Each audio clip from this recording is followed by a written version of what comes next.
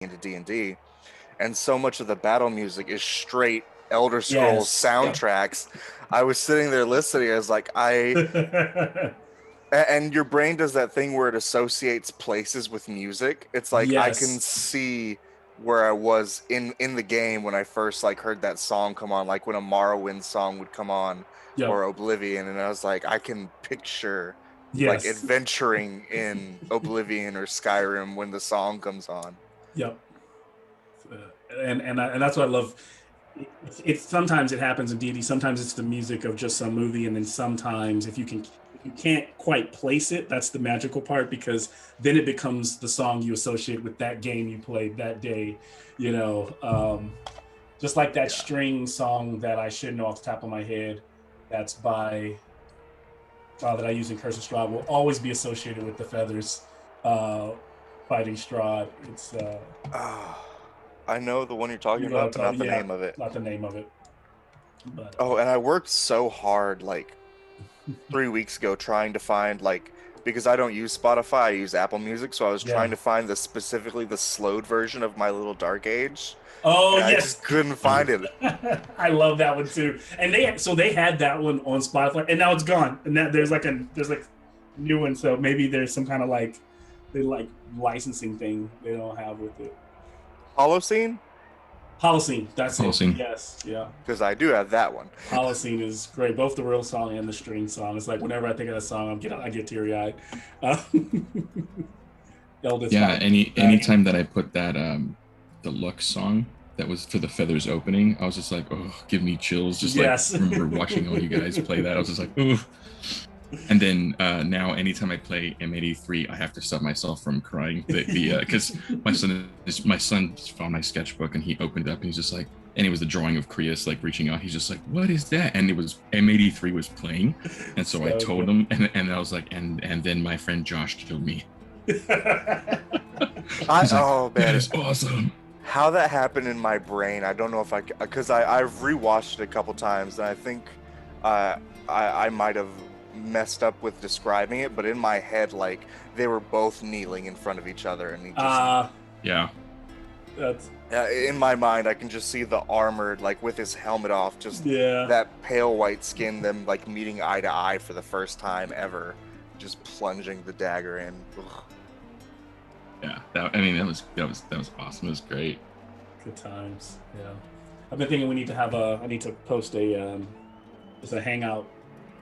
Tavern talk. Tavern talk. I've been so busy, but yeah, we'll get one up soon. I think we should do one of those next couple of weeks. Love yeah, those are always fun.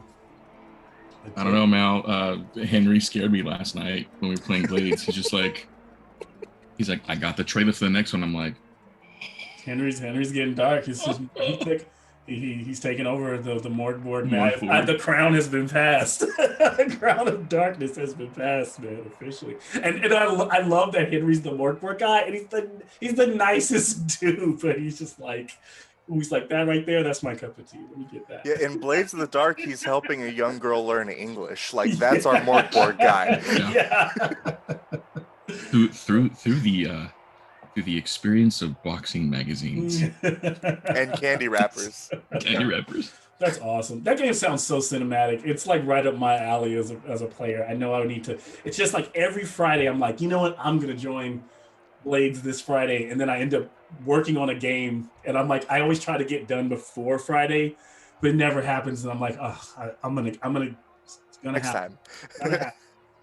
They're just fun. It's gone from a heist to something entirely different, and then Richard throws it, like we keep thinking like, oh yeah, it's in this world, and it seems almost like ours, and then like our last game, he's like, and then you guys escape, and then right as you escape, an angel comes and just we're just like, oh. We were 5 seconds from like getting obliviated. Yeah, it all sounds right up my alley. Like the fact that it's kind of cyberpunkish. It's got angels and demons. It's in some kind of purgatory. It's got heists, and the fact that it's guns. I mean, it sounds great. Yeah. As a microcosm, my dude pulled out a what I said earlier when he killed the cop. He pulled out a Cossack saber because he's from old Imperial Russia, and yelled out, "God save the Tsar," as he rushed forward to kill a cop in purgatory. It's great. Oh man. I've got bad news for anybody about the Czar.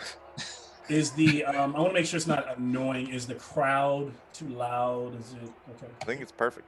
Great. Yeah, it's good. Stop it for now. I just want to test to make sure it was where it will be, since you probably will hear a lot of it once we get started. Cool. Well, we're all here and excited to pick back up. No need for long, recaps. As we know, what's happened is the party has been killing it at the games. Night before the games are over, being kind of wined and dined as usual with at Proxenos' residence there in the House Christos. Proxenos' father has been gone for some time out duty and at war, but this night he comes home, and with seeing Proxenos as essentially a having no place in Akros and essentially being sent away, or can't think of the correct word I'm looking for. They are all arrested, and the entire group is put into confines where they will prepare to be admitted to the gladiatorial games in the afternoon the next day. This battle is something that happens. It's a staple of marking the end of the Iroan Games. And it's just a spectacle. It's a big show for the crowd. There's no medals won, and it is not always to the death, but because of the challenge made, and also probably the father as well, just his anger, the challenge that Proxenos has made to his brother has been upheld. Now, we all know, as we talked, is that challenge doesn't have to be to the death, but it is a to the death challenge, meaning that if the winner decides to kill the loser, it can clearly happen. The night before, Proxenos is allowed to be with you all. But in the morning, both he and Medios will be separated from their groups. The contestants who will be challenging you you do not know. But you've heard some whispers over the night that some of the contenders who maybe lost or didn't quite cut in the games would like another chance. Some of them probably tried to get a shot in, or to compete in this particular event. And so, the night goes on and you all wait. And what I'm going to do tonight, and this is just to let you know now to get your kind of blood flowing and get your creative juices going. We're going to take a little note out of Blades in the Dark from the idea of, we're going to use, because this will be a combat heavy game, but we will also be role-playing by allowing you guys to not only role-play in combat, but to use flashback moments in the fight. These flashback moments, you guys have 3 points, and those points can be used to flash back to any moment the night before or beyond. So maybe you wanted to flash back to some conversation that you had with someone or something that you asked for. The only thing about it is there are only 3, and when you flash back, it's like a timeout. It uses it for the entire, it's like, so if Josh uses it, he will use 1 for the entire party. If they're used, they will allow it will allow the entire party to get 1 inspiration on the next check that they're forced to make. So if they got attack, you can't pick and choose. It's like the next thing you do is just going to be inspired, right? In addition, if it's creative, and if there's something like maybe I didn't think of, like Nick flashback and said, I wanted to ask the guard, or maybe I snuck a key off of a guard or something like that, something that doesn't quite work well with D&D, it's going to be based on how you sell it to me. Maybe I'll make you make a check, and then that thing is with you, right? Fast forward in battle. So it kind of worked like Blades in the Dark. That way it would allow us to get directly into the fight tonight, but also have some cool moments of the hours leading up to said fight. Everybody got that? Anything else? Sweet. Anything else anybody else? Oh, go ahead. You first. Okay.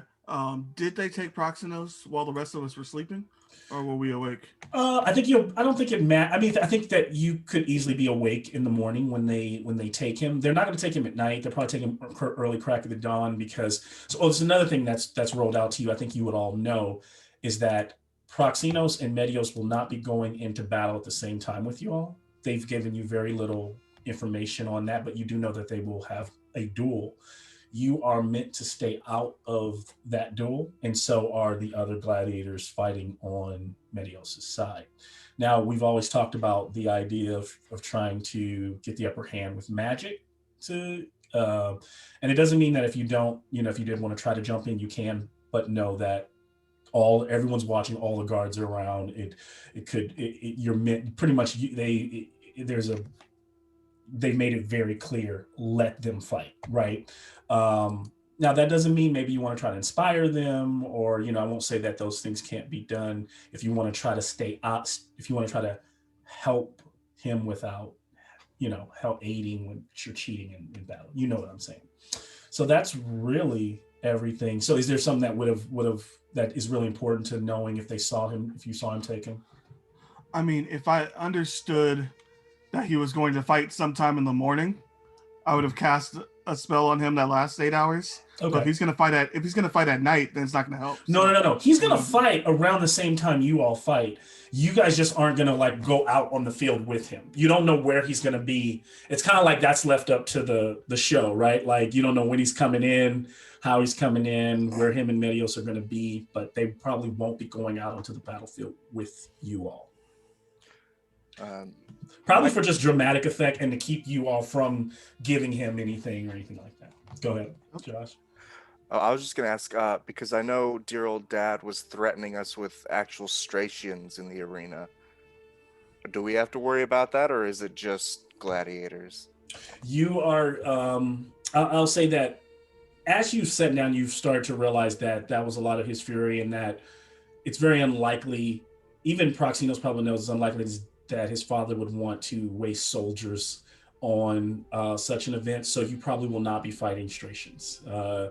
Also, wouldn't that would also work against him, right? Because if we've been pumping up the crowd and we're being liked, it's going to make him look really bad. Yeah, so they'd rather you fight other athletes, other gladiators. And then I'll say because I know everybody's going to metagame a little bit. When I say gladiators, it doesn't necessarily mean gladiators, the stat gladiators from the book, because that would probably be if I put like 4 gladiators in there, it would be. I don't get me wrong. I looked over and I was like, "Ooh, this does not look like a fair fight." So yeah. So when I say gladiators, tongue in cheek. But yeah. So yeah, that's hopefully if that answers everything, we can definitely get started. I'm just gonna, like I always do, kind of do my last ritual of refilling my drink, my water, and then we can kick off this game. Get started. I'll be right back. I'm gonna fuck him up. Yeah. I'm so close to level 3 too. It's ridiculous. I'm like, oh. I know. I think Colin was too, right? Yeah, and so is Nikki. Yeah, right before you got in, we mentioned that this is just the battle y'all need to be inspired to take on whatever subclass you're going for. Yeah, there's only 3 levels that we guys are at, right? Like, if you started at level 1, you're at 845, right? Is that what it is, Colin? And then it goes 1145 and then 1745 for those of us that started at 3. So we're miles away from 4. Well, we're halfway there. We're a solid almost halfway there. Yeah. 1145 trying to get to 2700. Not too bad. We'll get there. Yeah. We're probably gonna get milestone before any of us make it to level 4. That's a big journey. Unless I'm wondering, 4 to 5 is longer. And we need to stop fighting, man. We get these roleplay days. We get so many more XP. That's how we get the real XP. Otherwise, I'm gonna be hit with lightning or something and be like, all right, roll up another character. I've got 2 in reserve. Oh, this is the one time I didn't I did that for Curse of Strahd. For this one, I'm just like, I'm gonna go with the 1 for now. I'm like, I'll have time. And then school began. I'm like, oh no. I'm worried how Fitz is gonna do in this gladiator It's gonna be rough. This Yeah. is gonna kick ass. She's fine. You I saw how just beat vicious she them with was my that first day. flags. Just do what you Poke did their before. eyes out. Can you get Exactly. actual finger guns? Oh, can we please make that a quest? I want to find actual finger Magical guns. finger I feel like that would be Spell like slinging. you and Teroxis's quest. Oh, One of the gods is going to gift you the ability to shoot lightning out of your finger guns. that's what I want. That would be ultimate weapon. And when you do it, it actually sounds pew pew pew pew. And then I make the same sound effect just for double terror. You have to harmonize. Exactly. And then I'll make a performance check because I'm sure that's better than all my other stats. Which, when you get expertise, is going to be like a +10. I know, I had it.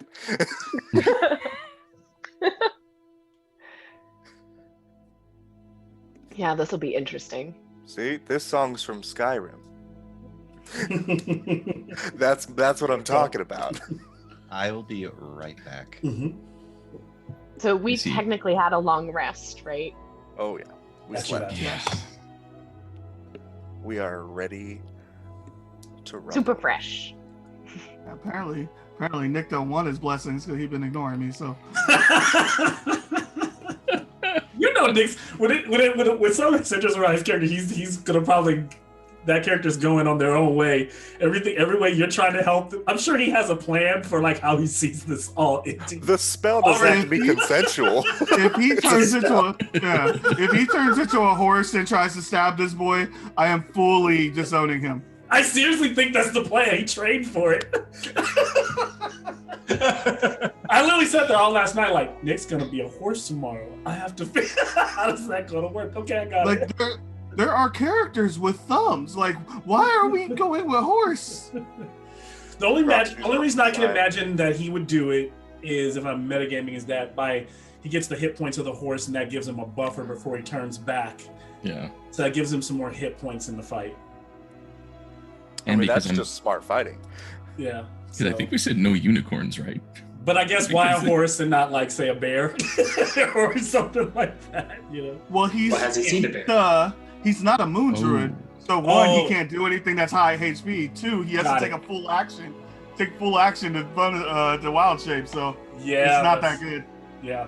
Which, I mean, he could, if he's coming into battle, he could take that first. He could start the battle wild shape. I would allow that if that's what Yeah. he's going to do. The entire arena watches Medios as Yeah. put face to face with a horse.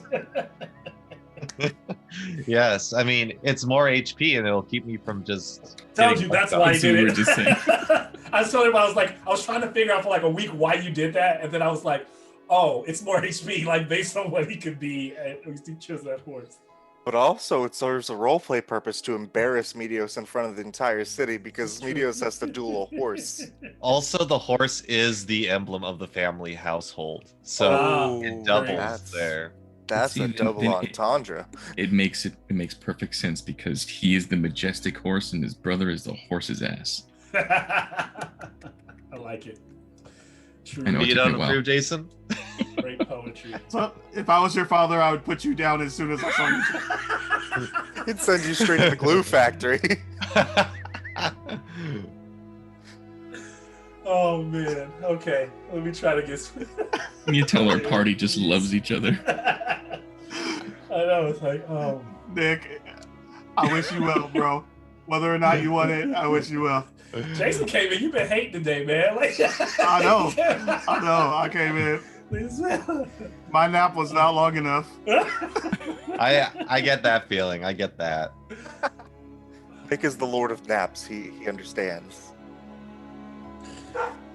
And so, My mom found us on YouTube Oh and no. keeps sending me screenshots whenever she watches it, and she's like, "You're famous. You're on YouTube." And she Aw. was so confused by Nick's costume at first. Was like, why is that guy sleeping? And then she texted me the other day and was like, I get it. It's so clever. I love what he's doing. It was so sweet. That's so good. Oh, So, hi, Mom. That's a good. And by the way, I'm going to start. So I know I was like bad at posting for a while, so I'm going to try to start posting them all on Sunday night, right after the game. I'm just going to start putting them up. So you should have them by Monday to watch. Okay, cool. Well, starting the way we will open tonight's episode is not in the arena, somewhere quiet, a small countryside, a small rocky plain right outside of Akros. And we open on two young boys, 7 and 8, on this rugged hillside, and both kind of shaggy, bowl cut hair, one more golden blonde, the other more platinum. And both of their features clearly tell us that they are brothers. They both look extremely tired, a bit beaten and bruised. You can see a lot of whelps and purple spots from probably being hit with heavy blunt sticks and objects, whether they were being hit or they were doing the hitting to each other. They both stand facing a setting sun, and the sky has turned a bit burnt orange red as the sun illuminates beyond them, and the violet colors of the Nyx are starting to kind of pour in at the edges of where the sun's reach is. And so the younger brother says, "You always beat me in Pancration, brother. But I'm getting better every day. One day I'll win. One day, Father will see me as a true warrior." He strikes out with a fist, with a thrust as though he's, with an imaginary sword. And there young Proxenos stands. Does he say anything? he says, "Brother, do you know where I get my strength?" Where?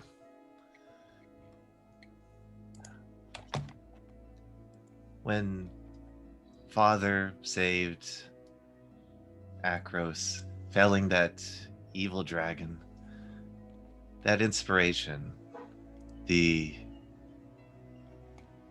fact that he saved so many lives.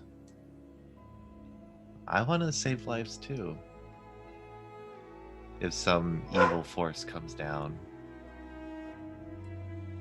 And that includes you. Kind of looks down, and he's like, "I want to save lives too. If it means I'd be a great champion, if they'd sing great songs about me, if they write great poems about me, I want to shine, Proxenos, like the sun, like Heliod himself."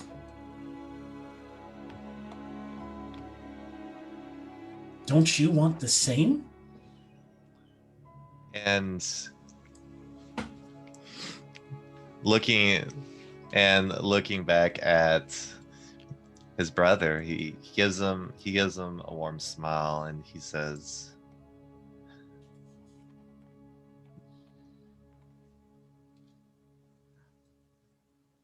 "I just want to save lives.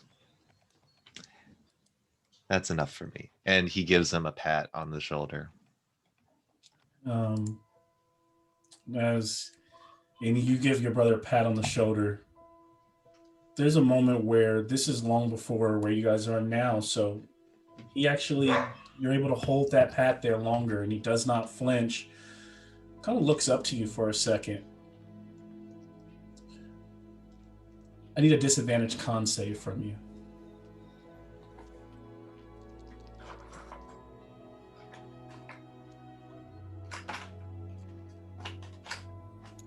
And that is a 2. And so you both are broken, both very tired. And then you kind of buckle for a second. One of your knees almost gives out. And then as you catch yourself, then Proxenos, just passes out, collapsing on your younger brother's arms.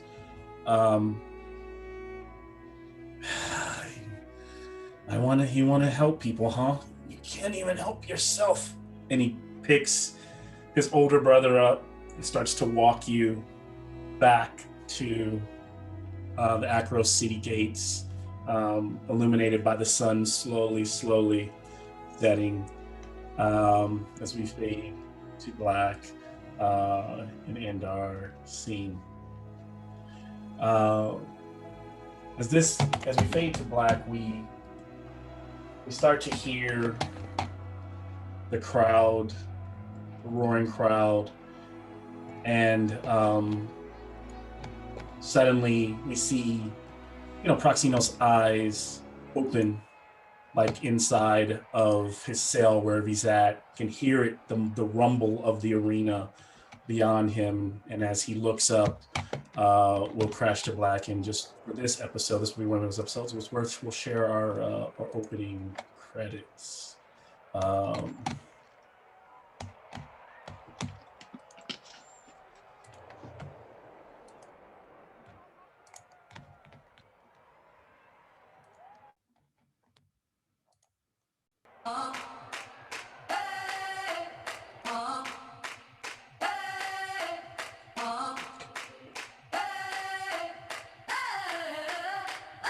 I'm living in that 21st century, doing something mean to it. Do it better than anybody you ever seen do it. Screams from the haters, got a nice ring to it. I guess every superhero need his theme music. No one man should have all that power. The clock's ticking, I just count the hours. Stop tripping, I'm tripping off the power. Broken, the school's closed, the prison's open. We ain't got nothing to lose. Everybody, we rollin'. Everybody, we rollin'. With some light-skinned girls and some Kelly Rollins. In this white man world, we the ones chosen. So good night, cool world. I see you in the morning. I see you in the morning. This is way too much. I need a moment. No one man should have all that power. The clock's ticking. I just count the hours. Stop tripping, I'm tripping off the power. Till then, that the world's ours.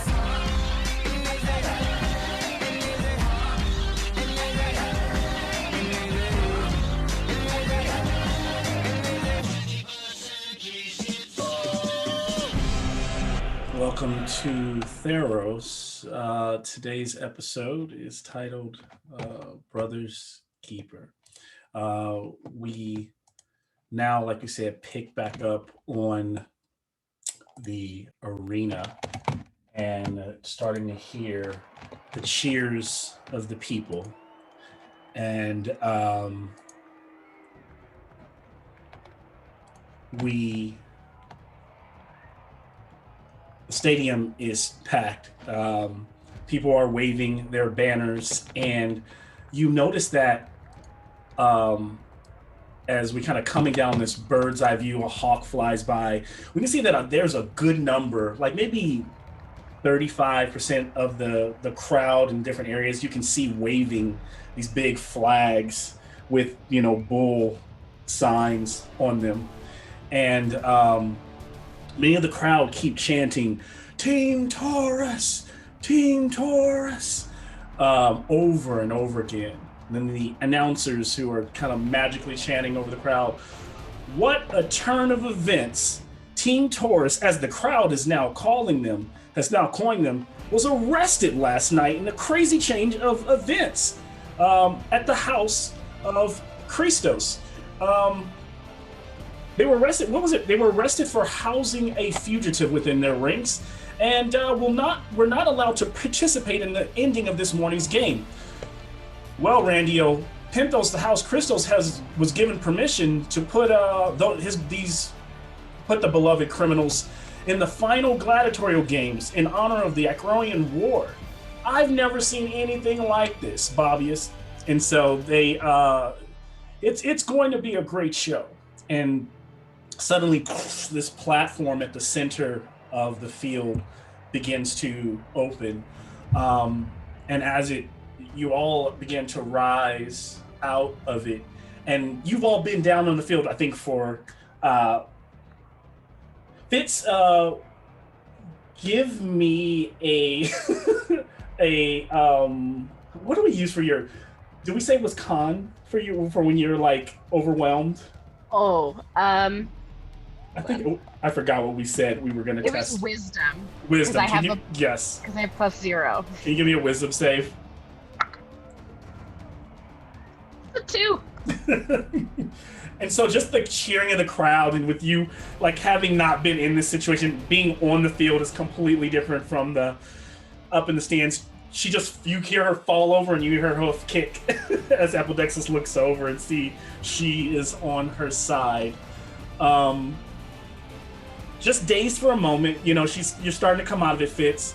And your friends up, they probably even just help you, start pulling you up.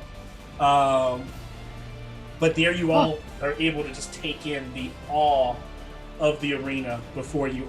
Are there any things that you guys are saying as you kind of take in any of this that's happening? This is so overwhelming. How do you guys handle all this? People just looking at you. Oh my god. I quite like it. It's invigorating. Well, look at all of them with their little flags. Apodexis is looking at the crowd to see if he can see any of his pride that have come to see him. He's just scanning and kind of sniffing to see if he can make them out anywhere in the crowd. Can you give me a perception check?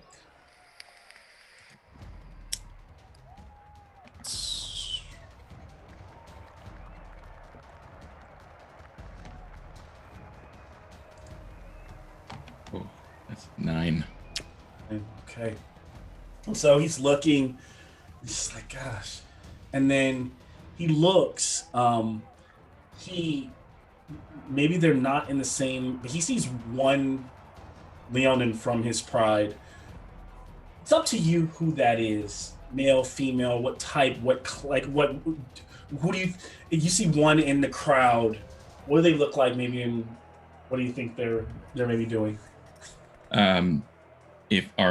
Is anyone allowed to bring weapons into the arena? I believe that for sure the guards check everyone for weapons when they enter the arena.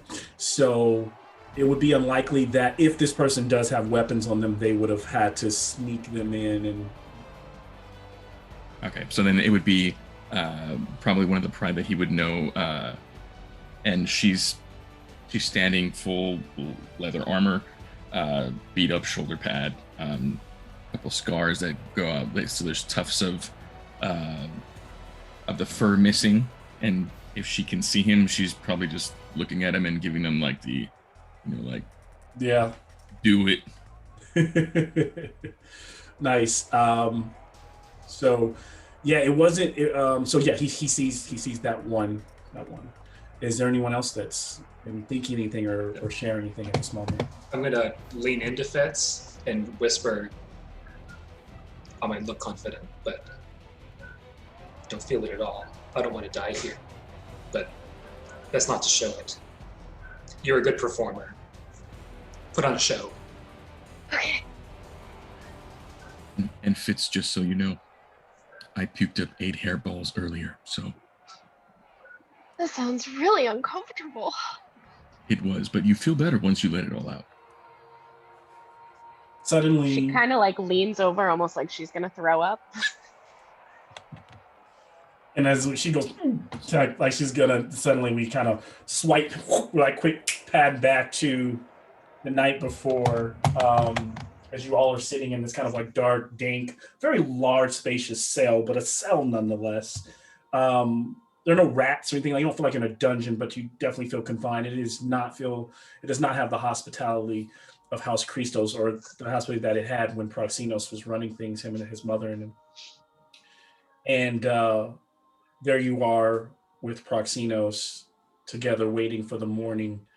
Is there any conversation that might be had right now? Or It's is playing like jazzy blues music. nice. So she's kind of wailing, she's kind of playing away. And Proxenos, is there anything that how might he be the night before this event? And by the way, this flashback does not take one of you guys three that we were talking about. This is Proxenos is sleeping. He is gaining all his energy for the upcoming makes sense. arena. And so there's a little bit of jazzy blues, and everyone else is, so no conversation about like just how the crazy turn of events. Otherwise, yeah, we just see Proxenos sleeping and hear that little lullaby that Fitz is playing in a very very upbeat way. I'll turn towards the others and softly say to not disturb Proxenos. So do you think he has some kind of grand strategy? Doesn't feel like he's thought this through, but maybe I'm overthinking it. He seems like he's know what he's doing, but Telman Theraxes, what really are his chances? Trained him hard. That's all we could do. It's in the hands of the gods now. At the end of the day, one must simply trust in their companions. I have a good feeling. And as None of far you have as failed us yet. And as far as we know, we cannot interfere, no matter what happens, correct? That seems to be the way of this.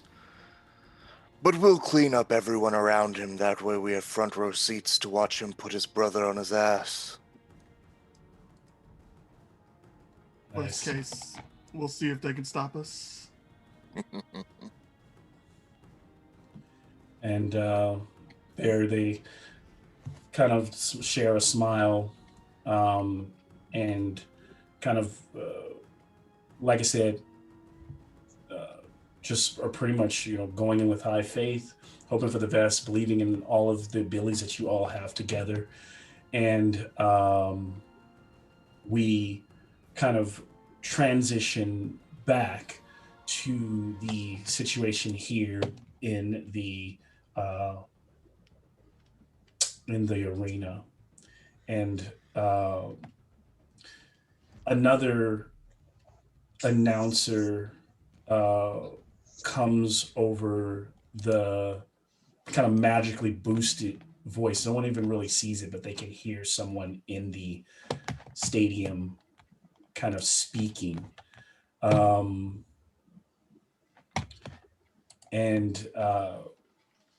this voice rings out, "Centuries before, the polis of Olanton sunk beneath the sea," and it hushes the crowd. "The queen of Olantis left her husband for the king of Akros. Slighted and heartbroken, the Olanton king summoned his whole host of loyal spears and sails to wage war on the fortified mountain polis of Akros. What followed was a siege that stretched for decades. The great epic poem, The Acroian War, recounts the event definitively. Wave after wave of Olanton smashed against the rock that is Akros. And still she stood defiant in the face of her enemy. And so when the enemy had tired and wavered, the great heroes of Akros pushed forward, pushing the horde back to the sea. Today, we will tell the tale of the Battle of the Siren Beach, There, the Acroian champion bested the highest Olantan general on his own ship. There, look down below at the horde, at the Olantans, and you all have, they've given you like some form of, whether it's your helmet you wear or maybe a small cape, it's like a blue color that signifies who you are. Some of the crowd goes, "Ah, Team Taurus," and some, "Boo!" Like, you know, a few tomatoes and fruits hit the field. He starts to babble on, telling parts of stories of the poem. But eventually, as things start to slow down, you guys realize that those gates on either side of this arena are about to open, and it is about to get very real. Last things that are said before this commences, if anything, or do they just head down and get ready? It's next time you vomit, don't do it on the pause. Sorry. If she still has her little flags, she's gonna hand each member a little flag. Be like, blue's not really our color. Like we trained to. So one of the doors starts, these huge doors. You can tell these are doors large enough for them to bring out great exotic beasts, monsters from all around of THEROS. But in walks a large minotaur, the axe in hand, and he looks quite familiar. And still has a black eye from where he was bested in the games by one of you. On the other side, doors open, and out walks a centaur with a great longbow. And as he gallops out on the other side, a couple of gladiators come riding out, double horses on chariots. And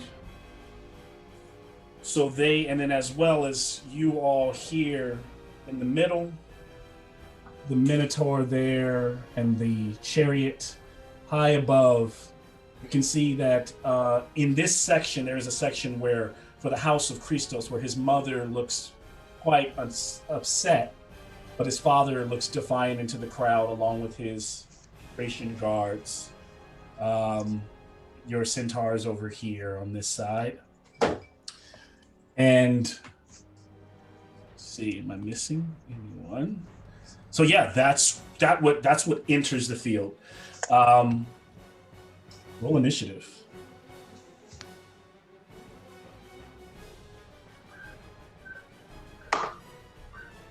Best of luck to you all. I'm above average, if only barely.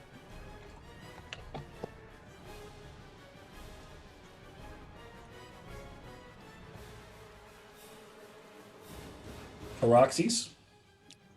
11. 11. Apodexis? 7. 7. Pythias? 10. 10. And also what you see is, like, what you see on the board, I didn't really describe it, but like I said, you guys are standing on this, it looks like heavy, like hard, like concrete, but you can tell that probably under it is made of wooden boards that give, and there's like a magical elevator system that hoisted you up. There's 4 pillars at either side with a statue on them, and then there are kind of 2 banks of water on either side. You can't tell how deep they are, and then this wooden, almost like you're coming out of a pool area. And the field is scattered with just kind of debris. You can tell that they brought out like broken ionic pillars and just dropped them. They just kind of created a battlefield setting, and you can tell that the pool area is supposed to represent the sea. So you are the Olantans coming out of that sea. Pythias got a 10. Fitz, what you get? 5. 5. Telmoon, son of Telamon. 19. 19. Good on you. And then Proxenos, even though you're not on the field right now, I will take your initiative.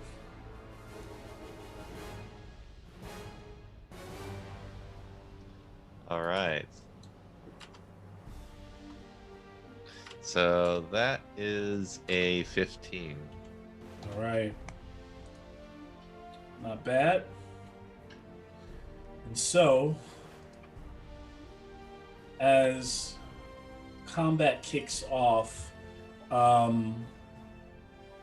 it appears that that centaur is moving in immediately to strike.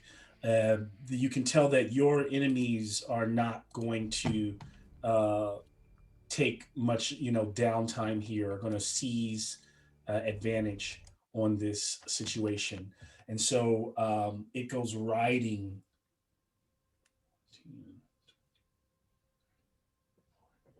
Right around, there's about a 5-foot space between here, so it's riding as though it's going to go, around this way to the left around the pool. But as it's crossing, it is, in full gallop.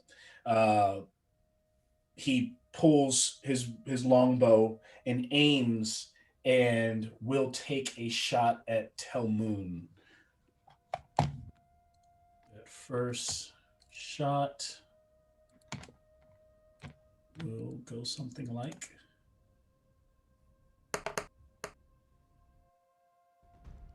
21 Telmoon on that first shot. I take that hits. And 6 on the damage. So after the first shot, he turns to try to sink another shot, and that he's riding. At the first shot, I imagine he maybe took the first shot from this first pillar here, and then when he got here, he took his second shot at Apodexis. That's a dirty 20, Apodexis. And the damage is 8. So boom, as these you guys both take. I'm gonna just imagine this because I know an arrow at the beginning of the fight would be devastating. So I imagine that you can feel the strain in your shoulder, Telmoon, from blocking that first strike. You're like the arrow of the force is bullet strong, and then Apodexis, you're able to bat one away, try to bat it away, but it glances like right under your armor across the arm. You start to see the blood starting to run down. You realize very quickly it's a game to everyone else watching, but not down here. As he takes that second shot, Telmoon, you are up. All right. After absorbing that arrow, he just quietly behind his shield just whispers, "Give me strength," and you'll see he'll start glowing a little bit of Gohan, a little bit of energy moving around him. Bonus action activating his Ancestral Guardian. And then he will sprint straight for the centaur. Nice. And as I have 45 feet. So. Yeah, you'll make it. And as you can see, we have 2 cameras here today. So you got one for close-ups and then one so you can see the whole table. So you kind of just get a good feel of where your people are even when I'm moving the camera. So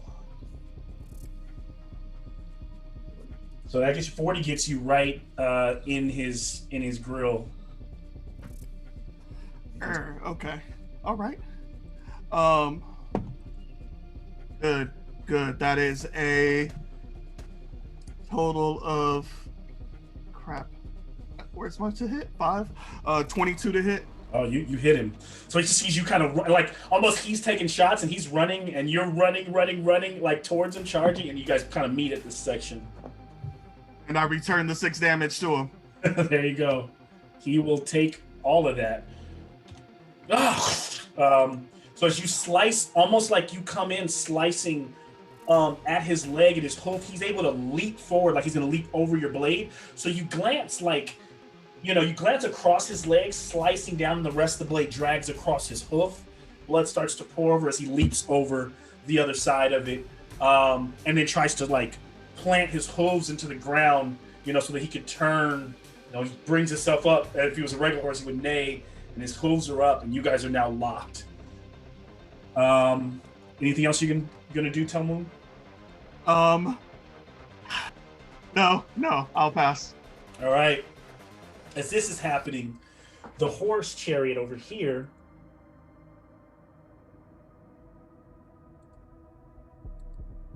So it should be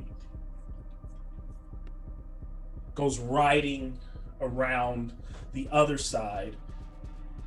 Now the difference here is the driver is moving the horses. So the rider continues to focus on riding and will basically dash and moves up to about here. So now is like riding across the field, but you can see that the other figure on the back is like pulling a bow and arrow and aiming, getting that arrow nice and taut. As this is happening, Proxenos is not in the fight right now. Taroxys, you are up. All right. Taroxys is going to, as a bonus action, you hear the clicking of gears, the whirring of pistons as his body distends and grows almost 3 feet larger as his legs crack open and widen and extend as he activates his giant's might. So he's now larger, right? Yes, he is now a size large. Large, nice. He takes up like 10 by 10 square. And then let me see if I can try and calculate that movement.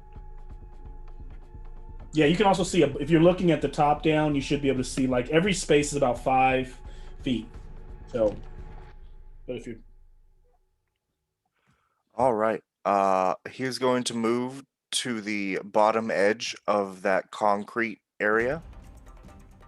This side or? The one just to the left, the far right.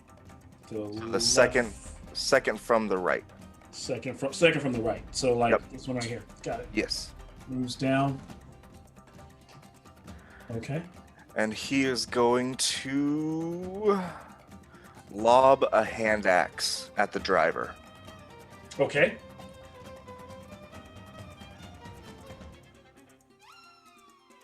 Of course, that's a 12.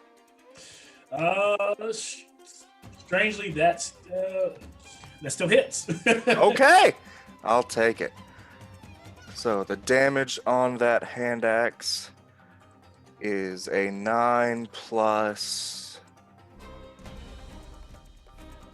That's a 13 total damage to the driver.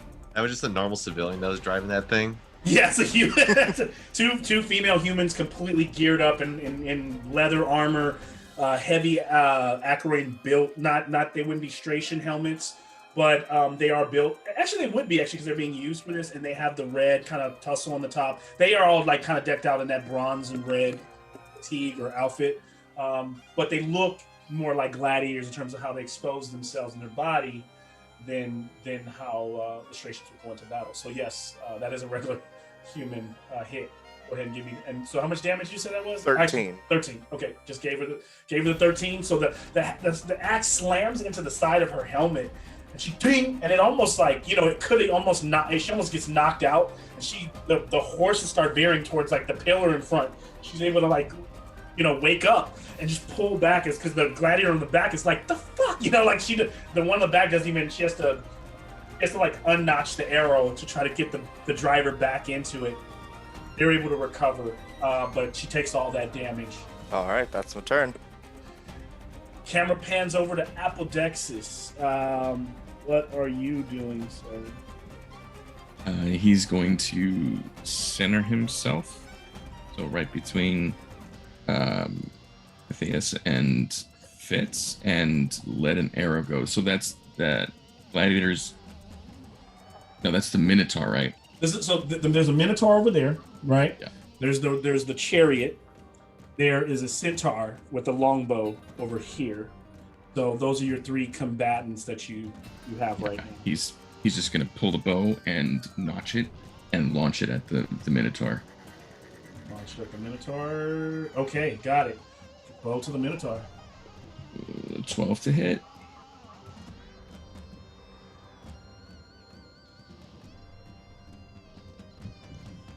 Is that a 12? That was a 12 to hit.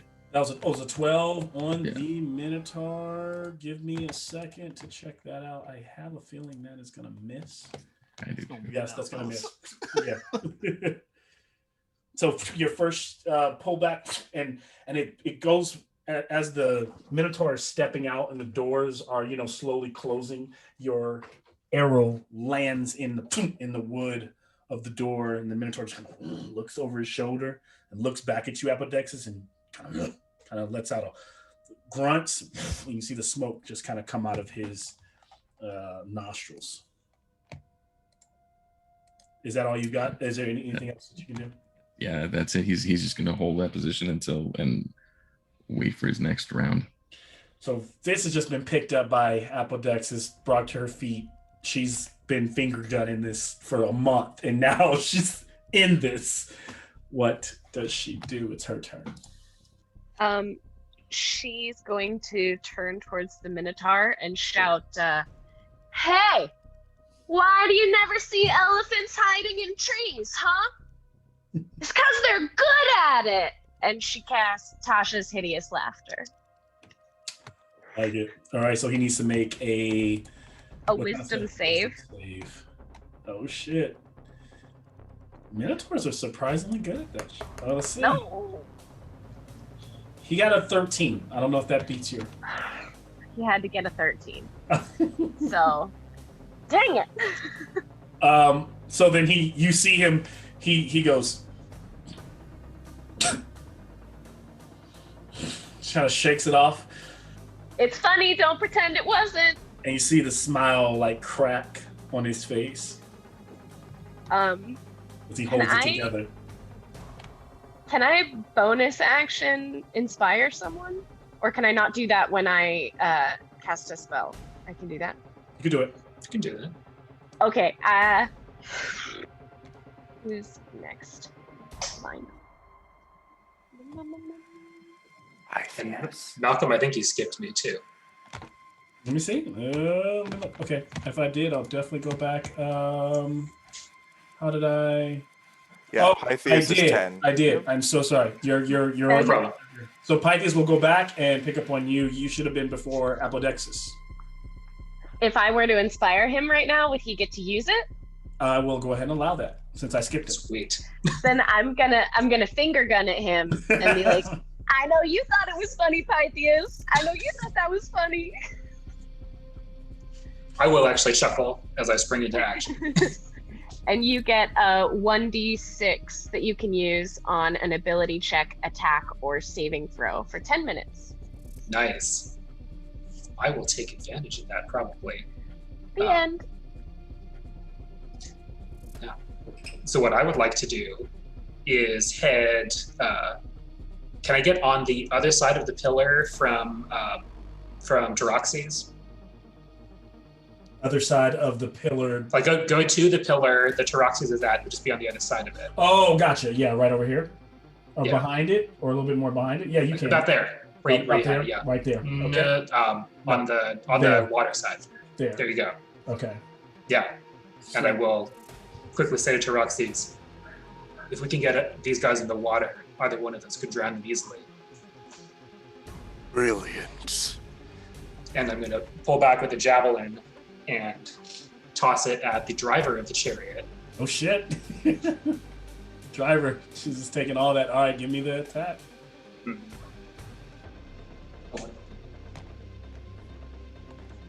That is 23 to hit. That's gonna hit. For 7 damage. 7. She'll take that 7. Okay. Oh, so hold on. Sorry, gave that to the wrong. It's not nothing you need to do. I just gave the wrong. Put it on the wrong. There we go. Okay, fixed it. All right. Okay. And I'm also gonna mutter, "Hope Iroas rewards creativity." And for my bonus action, I'm going to try to lock eyes. For the chariot, there are 2 horses, right? There are 2 horses, yeah. And so one of the arrows slams into her right shoulder. Right after she just kind of finished, her bell was rung, and then an arrow slams in. She's like, ah! And she continues to kind of ride on, but still alive. So So yeah, for my bonus action, I am going to lock eyes with one of the horses and cast Compelled Duel. Oh shit. Okay. So that the horse cannot go more than 30 feet from me willingly. If it fails a wisdom save. If it fails, and it's on the horse, so on the horse. One of the horses, so give me a second to pull it up.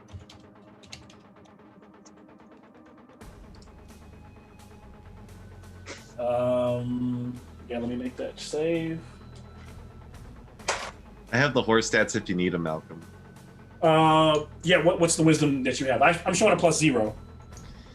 Yeah, it's a +0. Yep, so that's a whopping 6. So it fails. So the horse cannot move outside of 30 feet of you. Okay. Yeah. Among other things. Yeah. Okay. Oh, it has, yeah. I can post the things for Compelled Duel in chat. So the horse and it does not have to understand your language, bro. You found a creature. So is it mental? Like, how do you describe what you're doing? Like, you look at it. Is there anything? It's a verbal only spell. Verbal, so I just yell out, "You and me, beast." and the beast neighs and is caught in the madness that is happening here. All right. Let's see. We go from Pythias back to Taraxis is gone, Pythias is gone, Apodexis fits, then the Minotaur then. Okay. All right, so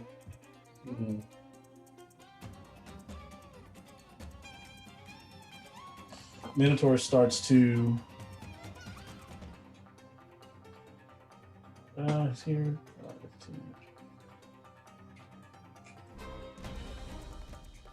Just kind of comes over and he pulls his axe and is like kind of rushing towards the closest enemy, and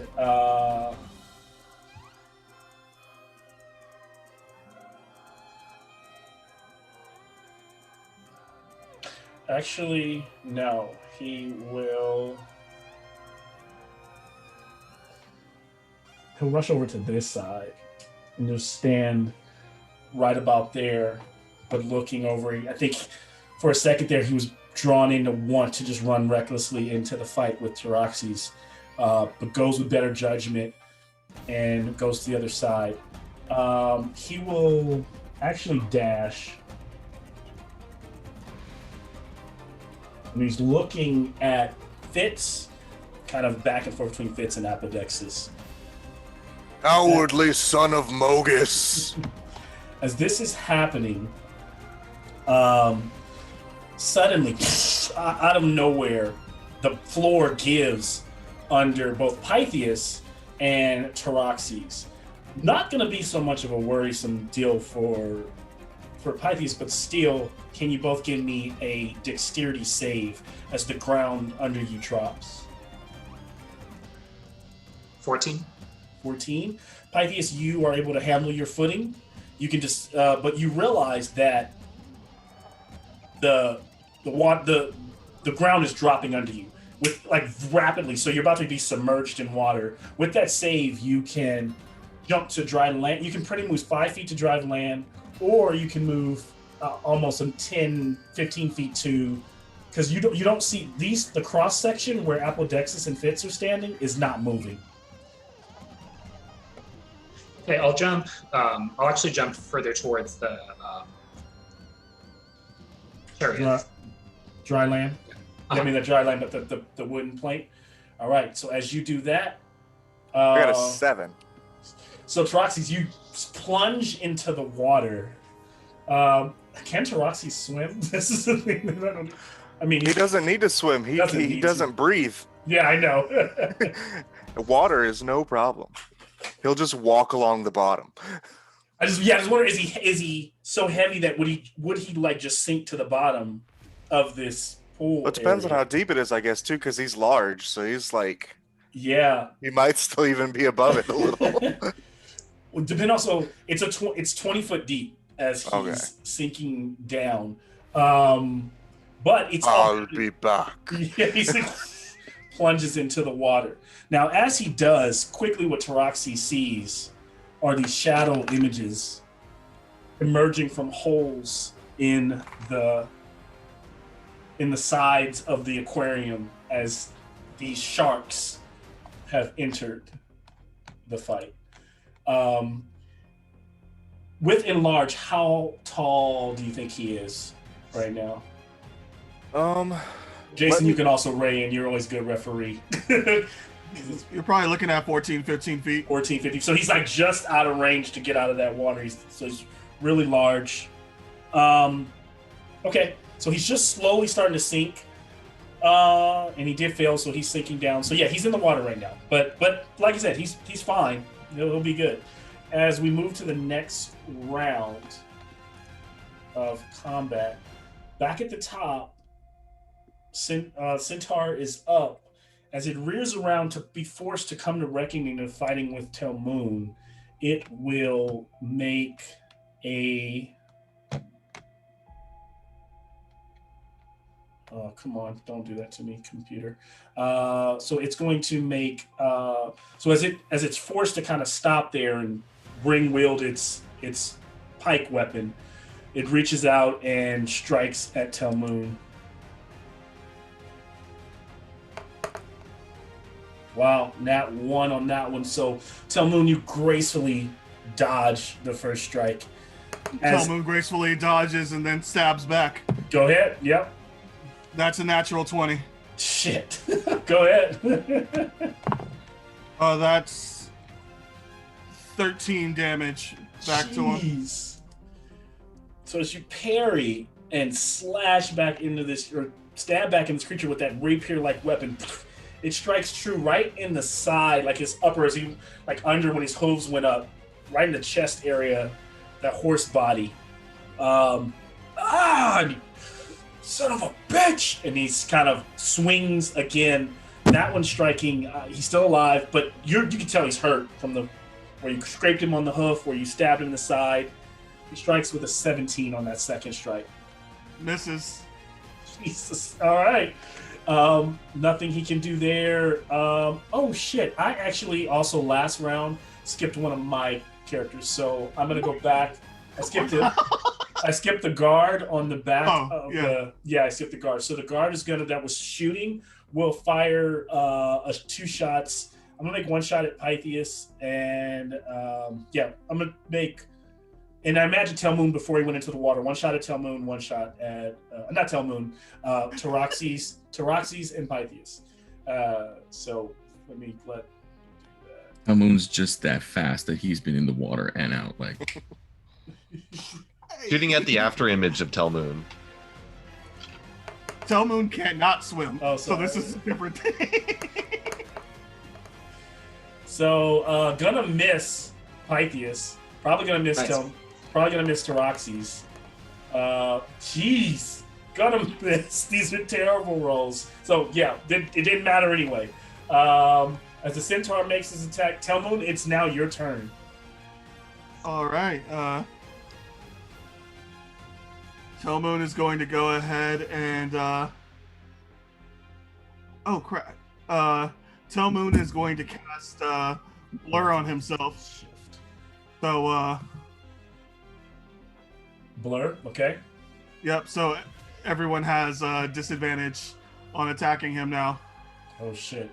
So what does that look like? I imagine he starts to kind of, you literally blur, like right, his movements are. Yeah, just as because he's constantly dancing and spinning.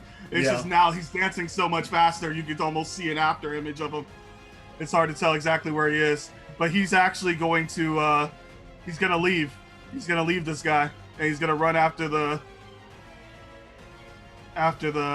Minotaur. That's his name, Minotaur. Yeah. That's the Minotaur. Yeah. All right, so he's gonna leave, and of course, no opportunity to attack, right? Because of the. Or... Oh, I didn't attack him. He can swing at me if he wants to. Okay, got it. So you're going. So you're on your turn. You're moving towards this guy. Yeah, it's at disadvantage, but he's more than welcome to drive. Wait a minute, doesn't your reaction attack count? Oh yeah. Come on, Proxenos. Don't There put you me go. out there like There that. you go. He's I was just allowed to There you swing go. at. He's allowed to swing at me if he wants. Okay. The reaction attack happened before my last turn. Oh, okay, very true. So It's not on this turn. I get a disadvantage, and then you're gonna move. What are you? What? How fast do you move? 45 feet. 45. So I'm going feet. after the Minotaur. Yeah. Yep, that'll get you there, and he will. He's gonna try. Give me a second. I just moved you there, and then I'm gonna go back, make that attack. Computer's moving a little slow. Pike attack. That is a nat 20 for a 26. Disadvantage. Oh, disadvantage. Thank you. Fuck! Listen, I don't mind when you guys are winning. I just hate when all I roll are 3s and 4s. Us too. We feel really bad about that. It's just You're saving all your good rolls for the fight up next. Got him. Like, yeah, there's nothing. Like, these guys are not prepared, not ready for you guys at all. They are. Does a dirty 20 hit him? For the Minotaur? Yes. No, not the Minotaur. Oh, you get to Minotaur. respond back as you're running away. Oh, because this is a new reaction on this turn. I hate you. I hate your character. I hate you. Yes, that hits. All right, that's another 9 damage as I run to the Minotaur. It's like, what? Takes it. So the crowd starts to literally just, cheer as they are taking in, just within seconds, you all are controlling the field and dominating, quite well here. Yeah, as you rush up to the Minotaur, do you still have... Nope, that's my turn. That's your turn. So you rush in, lock up with the Minotaur.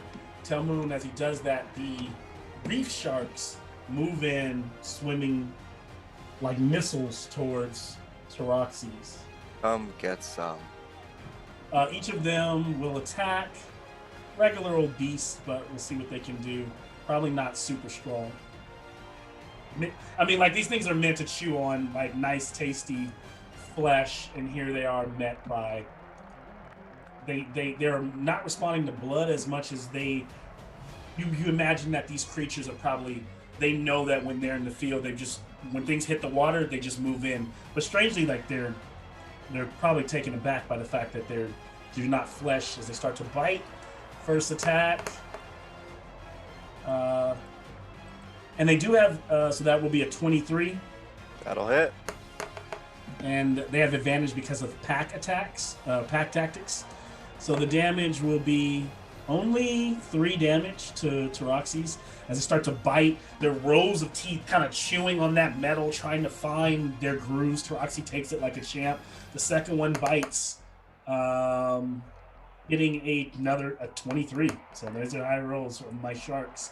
And then more damage will just be 7 piercing damage from another bite. This is where my weapon is going to glow. The maul glows as I activate my cloud rune. Okay. And the damage from that bite is transferred to the other shark.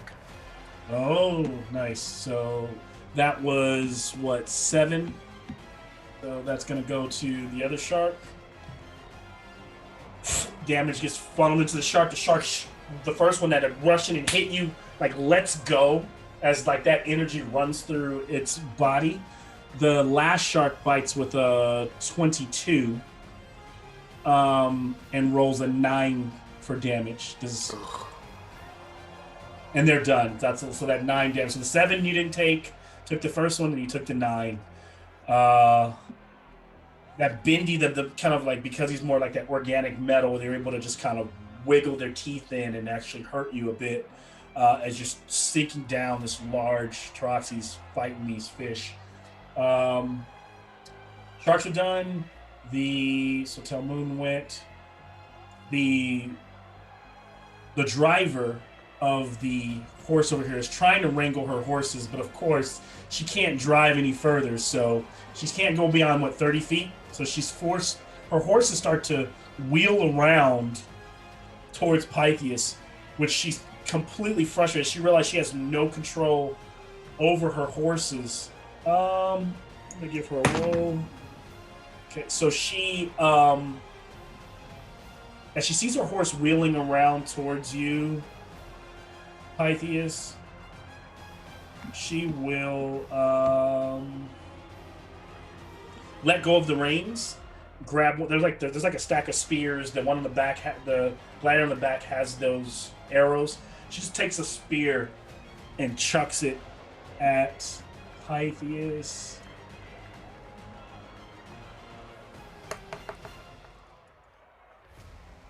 That's a 13. Does that hit you? Does not hit. Does not hit. So the spears flails over your head, and then she leaps from the driver's seat, realizing she has no control over her horses. I will give her a dex save. What would I give you guys if you did this? I'm gonna say it's a dex save 15 to not take the damage of the fall. She rolled a 12, so she will take the 6. With her traveling, I'll say 2d6 falling damage. And I'll roll that.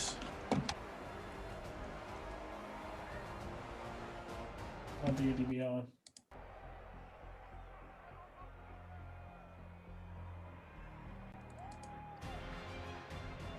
All right, I'll roll dice because it's slowing up on me. Yes, real dice. I know it's easier as a DM to roll fake dice, but it's a. So she'll take 4 damage as she slams and rolls against the ground. And let's see if she's still 6. She's still alive, but she is prone. She's done. The horses are moving towards under Pythias' control. At this moment, it's Taroxy's. All right, so screw these sharks. I am going to disengage as an action. Okay. And then I am going to action surge. Okay. To dash all the way to the other Minotaur. Oh shit. Okay. So so this would be difficult terrain, being that you're in the water, but okay. That's the thing. I don't think you could run through that water as big and heavy as you are. You would, and you're not quite a swimmer. Okay, so how far would 30 feet be, just for example? So 30 feet would be, if you disengage straight through them, 5, 10, 15, 20. If you're disengaging and if you're forced to go around. Well, I could disengage through them. If you can disengage. Action. That gets you like right there. Yeah, it gets you like right there. Now you're large, so 10. I'm like, at 10 feet. So you're 10 feet. So you know what? Then if that gives you the extra 5, you're like there. I don't know. Can you strike him from being underwater? I mean, but you're there, but you're just not there. Okay. Well then, we're just gonna cancel that. I'm not gonna dash. I'll just climb out beside Pythias. Beside Pythias? Okay, I'll allow that. So climbing out, still big boy climbs out.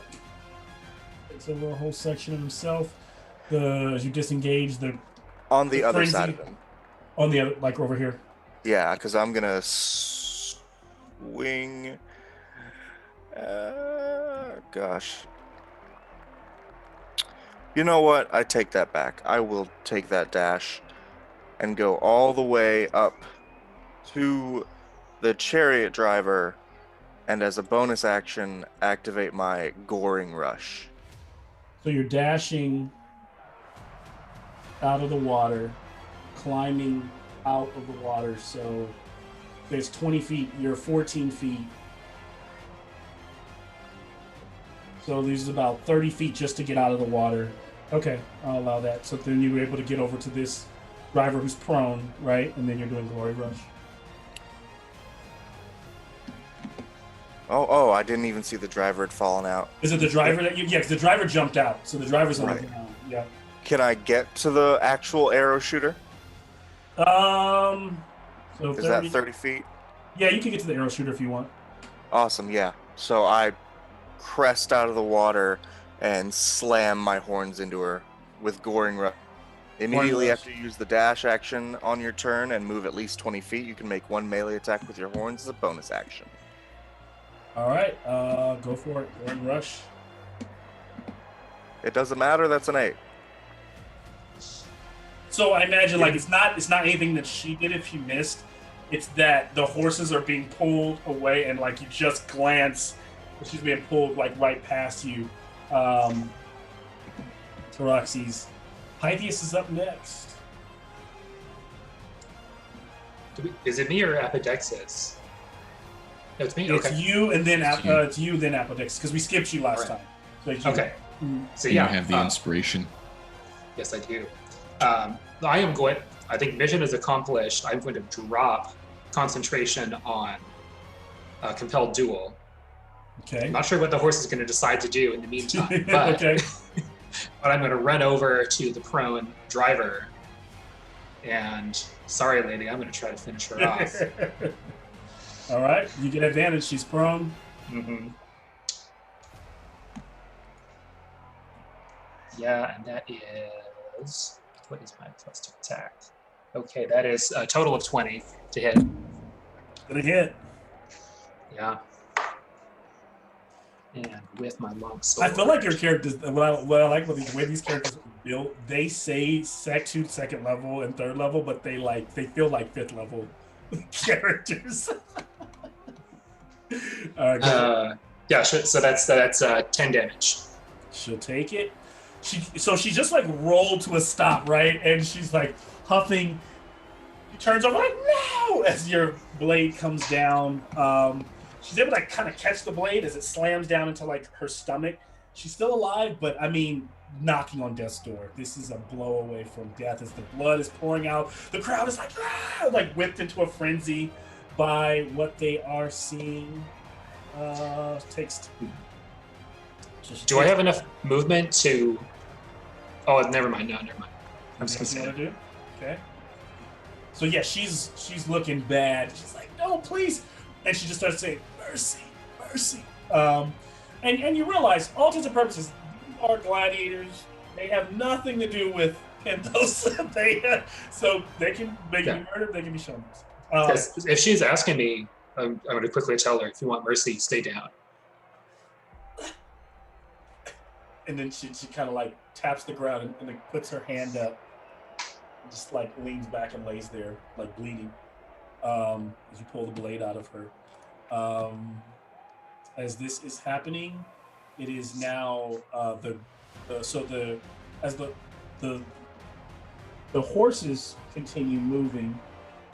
The guard on the back jumps off and lands for Taroxys. The horses continue on, but they stop just short of. Actually, I'm gonna give the horses a deck save. You hate them that much, huh, Mel? No, The sharks are looking hungry. the sharks, Gotta feed them. they pass. They got a 15, so the Okay, horses are able to stop and like pivot, and the as they skirt the edge, that chariot cabin starts to slip over and fall, and they are able to break free as that lands in the water. And as it lands in the water, you can see the fins and the sharks. Just like these sharks do not eat, so they think it's flesh, and for a second they're just gnawing on wood as you see the cart splintering and the horse is starting to ride off.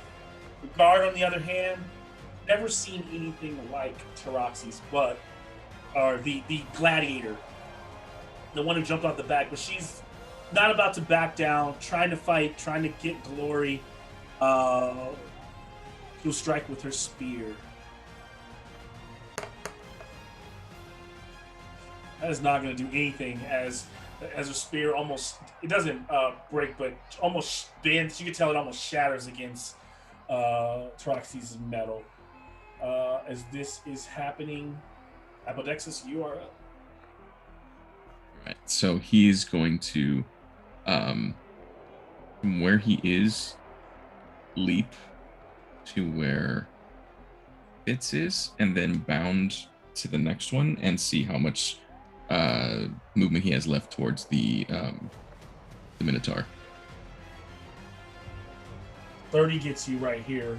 Do you have? Because he has 35 movement. 35. So 35 would put you in the water. So you're like you don't get the unless you dash. You could clearly because of course I know we're using the leap. You could clearly bound these. They're not hard. You wouldn't miss them, but you're running out of space otherwise. Okay, then he'll just dash. Yeah. Dash. Does he want to get in combat range or just stand behind Telmoon or? In combat range. So yep. So he locks in, showing up. You see Telmoon as your partner shows up by your side, there to fight with you. And so I don't know if it's going to work, but for his bonus action, he will do his daunting roar. Okay. So the Minotaur needs a DC 13 wisdom. DC 13 on the Minotaur, and he will take wisdom, right? Wisdom. 9. What do you do? What is it? So is it strike fear or is it what does it do? He becomes frightened until the end of the turn. Jeez. Okay. So that roar, the Minotaur steps back for a second, and suddenly was going to rush in on this, this little satyr. And now there's this cat there, and maybe he's never fought a Leonin before. Maybe when he has, he's known the ferocity. He knows those claws, and so you see his hooves kind of take a step back as he brings his great axe up to in defense. If Appledex is done, Fitz, you are up. We're standing in the middle of the field there, in the little water, in the pool area. Fitz is... Who all is over there by the Minotaur? It looks like there are 3. Yeah, that's... so you go close to Appledexus and Telmoon. See them there. You're here. There's a centaur riding in over there. He's really weak. Then there's the chaos over here where we've lost the chariot. That gladiator is like, no more for me. That one is fighting Taroxes. And then there are sharks in the water. Okay, all right. Fitz is going to, watching Apodexis leap over, she's going to follow over to the Minotaur.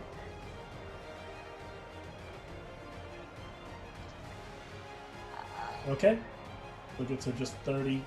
So she's able to leap across. So now, yeah. Can I get in on that? I'm going to make it an easy check. But just because Appledexis didn't make you make anything, because you just plus the range. But being like the kind of character she is, I still want a dex save as she leaps across those. It won't be difficult, I'll say that. But roll very low and that'll be really bad.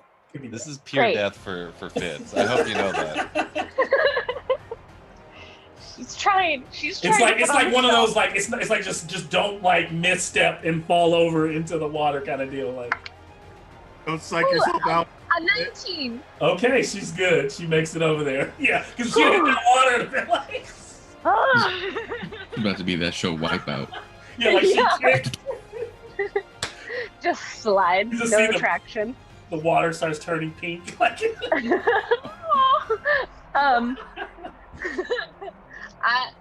I am going to take my long sword and try and duck between my friends and just slice and dice the Minotaur. I have 35. You have 35 feet? I have 35 feet of movement. Okay. If I'm being a little strict today, so on the 35, unless you... If I can. I don't think, unless you bow and arrow it, I don't have any ranged attacks. I hate to take that away from you, but you don't. You're on the other side of it. I can toss a dagger. You can do that. I can just kind of. It worked for me the first time. Yeah, go for the dagger. You can always see if this doesn't reclaim hit. it if it doesn't work. Okay. That's a 19 to hit. That's gonna hit. Minotaur. Sweet. Oh, jeez. Sorry, that did not fall properly. And that is 4 points of damage. Just doing my part, you guys. So as he's backing away from the roar of Apodexis, then he gets hit right in like his upper hand with this dagger. And he like rears out as it like hits him right in his wrist. Oh, sorry. Ooh, ouch. Oh gosh, you shouldn't be fighting us.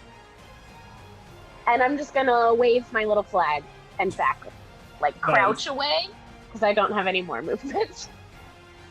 So as this is happening, Fitz, the Minotaur.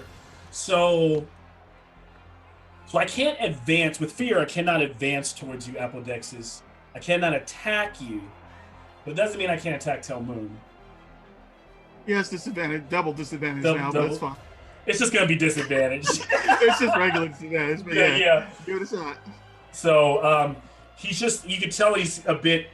His anger is—it's a bit frenzied, and it's not collected. It's not like where he would want it to be. But he just swings at Telmoon. His wrist is bleeding from Fitz, and he will go ahead and attack. 1 second. So he will go reckless to make it even, not advantage. What's that? No, that's right. Yeah, that works. Yeah, so he'll just go reckless, but you guys will have advantage on attacking him next time. I don't know. Does 18 hit you? Yes, 18 from armor class. I was about to say, if this fucking satyr has an armor class higher than 18, not to the next level. Yeah. Let's see. Does he only get 1 attack? Yeah, 1 attack. All right. So damage is going to be. He might kill me though. Telmoon's a squishy boy. Yeah. It's hard to hit though. That is a nasty hit. That's crazy. I rolled 2 d12s plus 4. I got 7. So 7 damage to you, Telmoon. the gods are on you guys' side for sure. And I think it's just D&D Beyond's dice. Yeah, they are devil. How do you roll 2 d12s and get a 7? Because I've yet to roll double digits this game. So 7 total damage. I'm sure you shrugged that off, Telmoon, even though you. No, he does not. Telmoon is hurting. Telmoon is at 30%, at 33% health right now. He is hurting. So imagine as he swings it into the ground, you're able to dodge out of the way, and as he pulls it out, the butt of the axe just slams you like right in the chest, knocking all the way out of Telmoon. And he loses his blur. So got it. This is the end of the second round. As this is happening, and then the war continued as the battle was taken to the sea. These sections here start to drop away into the water. I'm so glad I got out of there. Yeah. Man, that was... Man, Mal knew sharks give me nightmares, and this is just going to be like, for the rest of the week. And then slowly, this ship starts to rise out of the water. Ship begins to rise out. And there, about 20 feet up on the mast, on the kind of the crow's nest, but an open flat platform.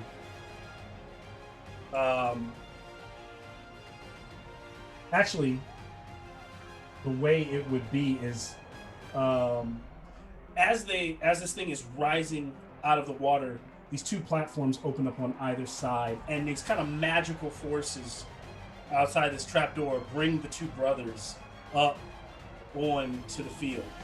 Now, as they are brought out, Proxenos, I will give you your chance. Would you be transforming at this moment?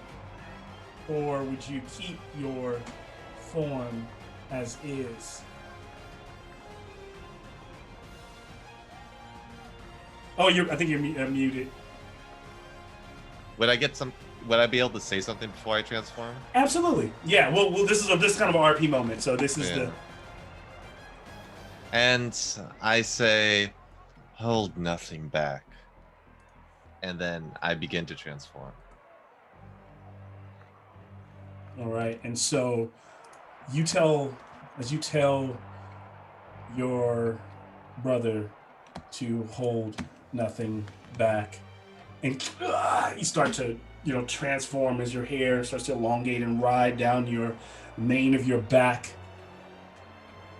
What witchery is this? You never were a regular. You never were a warrior. I will not allow it. I don't plan on holding back at all. And he goes rushing towards you on the as you turn into a horse and snatch out of your side right before you transform that blade that you put in your teeth, brother to brother. You riding forth, him rushing forth with his gladius out. We will crash to black and take a 5-minute commercial break. I'm dying, Ral. Your face mods things. I'm just dying. Your face. That was great. My boy went full terrible anime dub on us. It was just, oh. You meant to say amazing anime dub.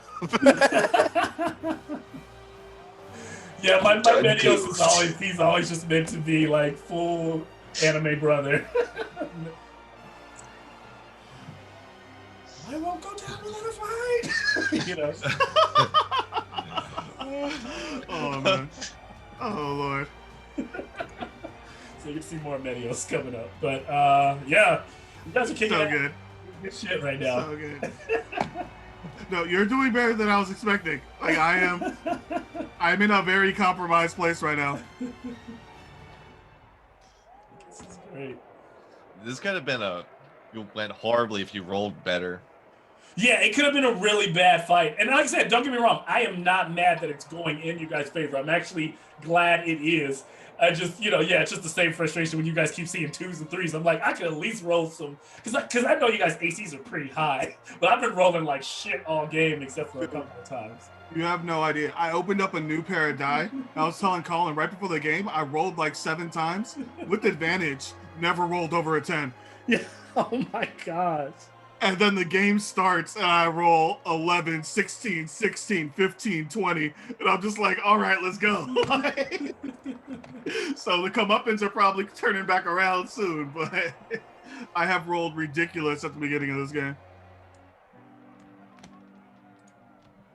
But then I did just roll that 5 to maintain my concentration when I needed a 6, which is a stab in the heart every time.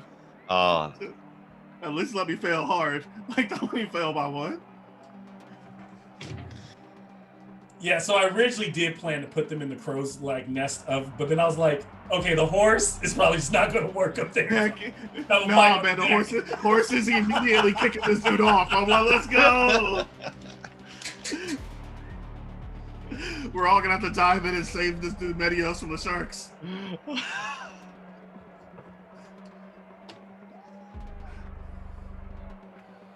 Oh man.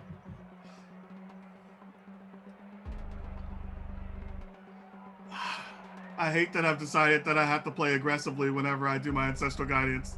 I should play conservative right now. But I get it, man.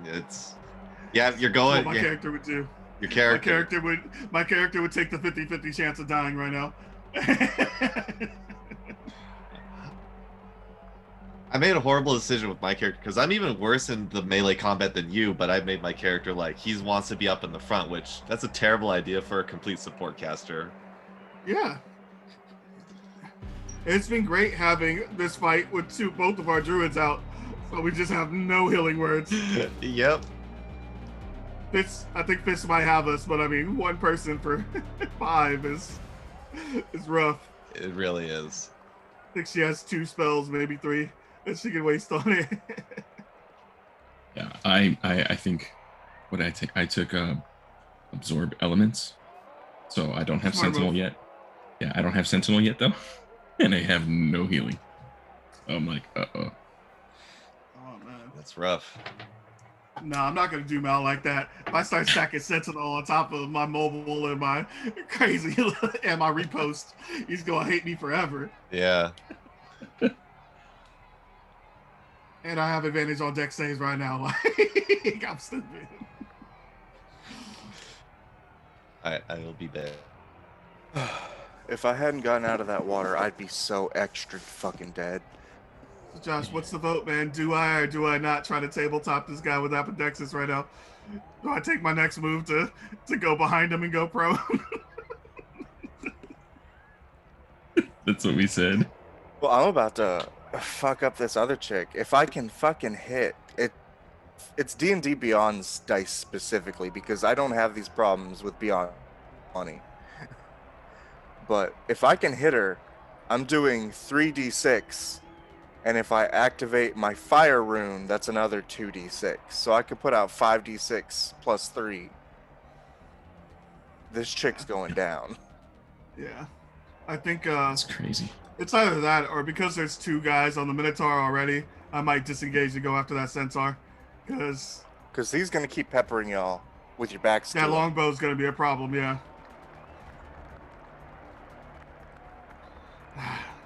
Yeah, and I used Daunting Roar. It's a one-time use until long rest. So, Yep. but it was It totally worked. worth it. It I, worked. mean, But we I was did- just like, I'm like, it worked. Yep. But we do Totally have worth it. advantage on attacks against this guy right now. Yes. I didn't want to be a dick about it, but technically, because he had double disadvantage against me and just 1 advantage from his reckless, he still had disadvantage against me. But I What was the like, DM I feel like says goes. Yeah, I feel like I've read that if there is advantage and disadvantage, it averages, or like it means that there's neither advantage nor disadvantage. Yeah. no it's matter just- what, It's supposed to be just straight rolls. Yeah, I think so. Even if there's 2 on one side. Yeah, That's by true. the rules, like the truest rule in the game is what the DM says happens. Yes. yes, So like the rules are I suggestions. stay quiet. Yeah. But I was like, What did I We- do wrong? Oh no, No, no. you're good. no, You you're don't good. do any Stop, wrong, you're good. DM. By You're the definition, DM. you can't do wrong. Yeah. That's what we were just But clarifying. what did I skirt around? No, you're right. Yes, I what got reminded of the rule. The rule of cool. The rule of cool does not exist here. We do rule as written. What were you? Which situation? It was about double disadvantage, but then having advantage on one side. Oh, Yeah. oh, so then it would. But what I was saying is, I Rules feel is like written, I've read. Rules is there's- written. You're right. You're right. Yeah. Yeah. Rules is written. You were right. But like rule of cool, that's that bullshit. But I'll take it. Oh, you're saying is I should have went down to I still should have had disadvantage after getting rid of the first layer. Yeah. See, that's me going off of you always being on rules Yeah. as written. So I was like, Jason would appreciate me just going. I ahead and did. attacking That's why I did regular. it. I accepted it. The DM decides what is cool and what is not cool. Yes. My die let me down. but We had that last night with Richard in the game. He's just like, by the way, this happens. One of your rolls doesn't. We're just like, oh.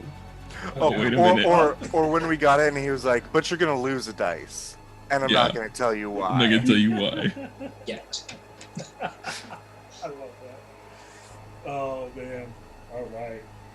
oh man, y'all, we're in precarious situations. Oh, How is We are. Tyroxes looking, by the way? I'm almost at half health Oh,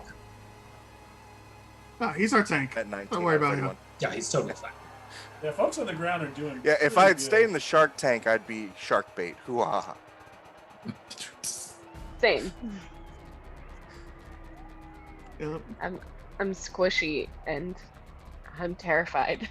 I'm not squishy and I'm terrified. Because with that pack tactics, like all it would take, man, Yeah. If all 3 of them were able to hit and do 9 damage, that would bring down a level 5, level 6 character. Dude, there was a part of me that was like, because that's the thing about being in like these rules. There's a part of me that's like, could they really chew through this guy's being made of metal? But then again, he still takes piercing damage. So I'm like, they're gonna eat this metal guy. And then I was like, you know what's funny is because the way if you would have flavored him a little bit more like an anvil rot, like old school, like mechanical. But since he's flavored more like that kind of glisten, I'm like, yeah, it's that kind of bendy, squishy metal. Oh, yeah. That's what I was wondering. There's some seams in there where you can like hit them. You know, those sharks are mad as hell though, because they ate metal and now they ate wood and they hungry. Yeah, they got no blood, and I'm sure that like the little fluffy hooves and tail hopping over, like they were just ready for Fitz to fall in. Like That's what I'm saying. This is not good. I was planning on shoving someone in the water, but I just haven't had that opportunity because I've got advantage on strength checks. Right? He's way over there. Oh man, craziness. So we are top of turn 3. That centaur is still alive and kicking, but is very well hurt. But he is kicking off the round. The brothers are rushing towards each other, and so as the centaur kind of rides onto the deck and stops, it aims and takes a shot at Fitz with its longbow.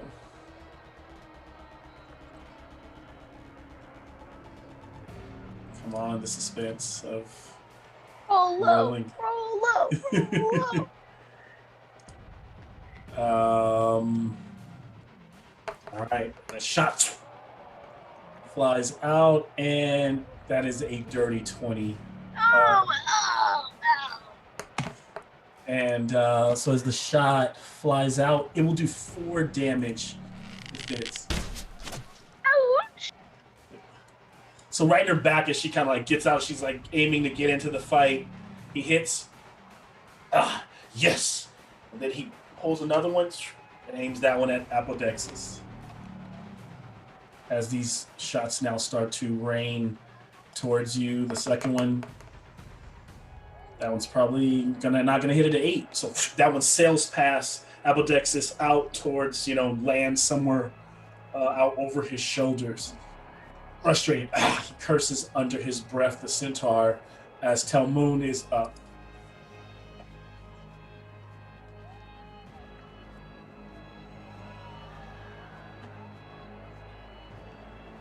Telmoon's doing something stupid. This guy's still scared. So he's going to take a swipe at the Minotaur in front of him. Mm-hmm. Which you have advantage on because he relentless. Mm-hmm. And I rolled an 8 and a natural 20. So Yeah. Get it. Do it like I taught you. that is another 14 damage against this guy. It's 14. So you hear the crowd, Taurus,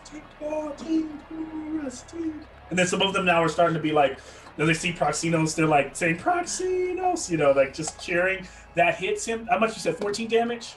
14 damage. All right. Take it. And then I am going to turn around and rush the centaur. Oh, shit. All right. How much movement is that?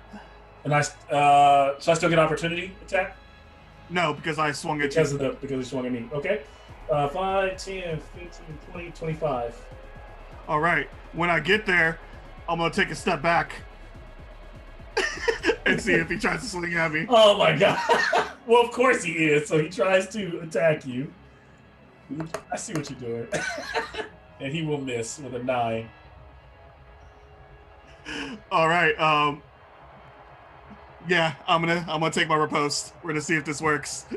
Don't fail me now, because I really need shield. But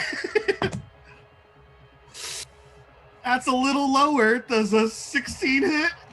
That hits. Hit Centaur? You're worried about a 16. It's a little early to be worried about a 16. Yeah, you're still. I never know, man. I never know. Okay, I trained them well. Yeah. That's 10 damage. 10 damage. Yeah, Nick has conditioned us to be afraid of armor I love classes. If it ain't a 20, it ain't nothing. You hit him with another rapier like right next to the spot where you stabbed him. This time, like a little bit higher, I imagine, as you jump up and come down. And so he's got one in the lower body area of the horse, and then one in his actual abdomen of like where his humanoid body is. He staggers back, starts to kind of bleed from under his heavily, you know, that's Acroian helmet. You can see his beady eyes blaring down on you, like, why is this satyr so strong? But he's down. He is holding on right now as he's trying to like kick away from you, but not dead. As if you're all done there, I'm all done. That's all I can do. We will move towards the lady. So the fighter on the ground is, you know, not doing anything. She will take a death save. She fails. So she's starting to clutch her. She's looking up at Pythias, like coughing up blood. And like you can see, she's like trying to get her helmet off. Like she spit up a bunch of blood, so she just wants the helmet off. She pulls it off, and her hair kind of cascades down like her dark hair. And she's like looking out to the, and you can tell that she's kind of praying to hear, like whispering to Iroas, you know, a prayer of a prayer to Iroas for victory, even though she knows she's failing, but she's still alive but down. As this is happening, we move to Proxenos. So here you are, horse, all its glory, your brother running towards you. What do you do? As with his sword in his mouth, as he goes and swings with it, as he's charging forward. Yep. So he rushes in, engaging. I'm gonna just say you both are rushing, so you kind of get to the middle there, where the fight breaks out, middle of the ship. All right. That's a 19 hit. That is going to hit your brother, and this is with the blade. You're trying to hit? Yep. And that is 7 slashing. 7 slashing. So Medios will take that. And then it like glances off his armor right across his face. You put like a huge line across the left side of his face as you whip your mane back. Is that everything? That is everything that Proxenos will do. He staggers back, like just looks up at you, you know, with that look of like how, like from a horse. And we move to so after being Proxenos, then Taraxis, our bull. All right, the chick in front of me. My items grow with me, so I take this even bigger than usual maul, and I just slam it down, attempting to bust her. That's not going to happen today, though, because that's a 9. Oh shit! So no bluster there. Why are we not? Is that all you? I'm gonna go ahead and take my second wind. Okay. As a bonus action. That's not the one I'm looking for. 1d10. Where art thou? I can't even roll high on that. I'll take 5 HP back. 5 HP back. So you and the soldier kind of locking blows as you are fighting there in that close combat. Okay. And then as we move away from Taraxis to Pythias, standing right next to him. Okay, I'm gonna move up to support him. And I forget if we said we were doing flanking. I'll allow flanking. We're doing flanking. Then I'm gonna move behind her. And take a shot with the sword. And that's the natural 20. Damn. All right. I should have asked, how is she still looking pretty good? Let me translate that really quickly here. She hasn't been hit yet, so yeah, 100%. Oh, yeah. Looking Then it's going to be a divine smite too. Oh shit. Okay. Okay.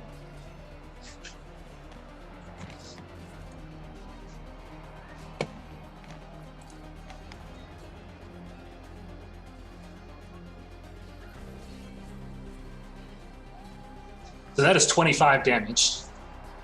Wow. So with the divine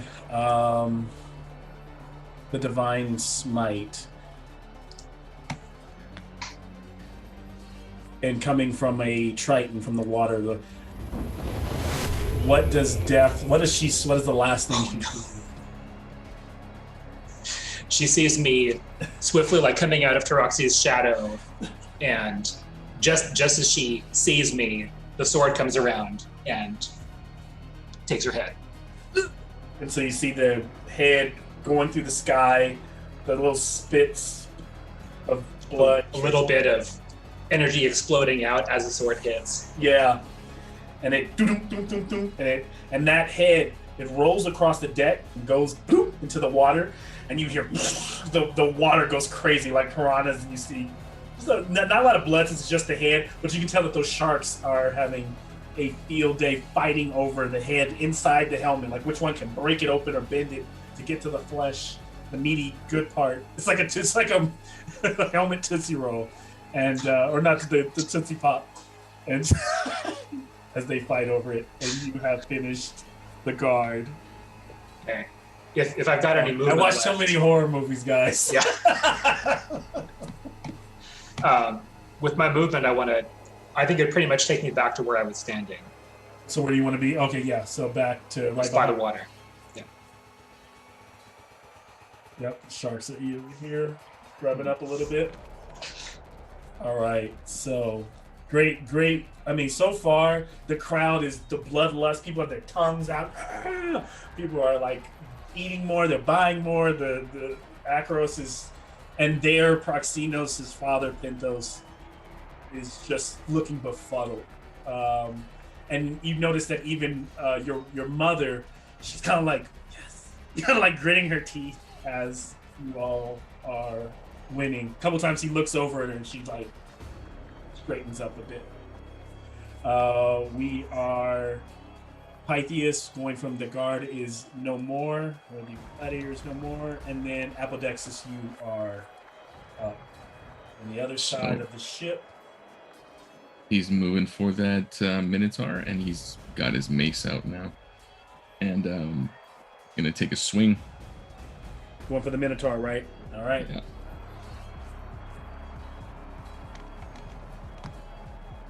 That's no.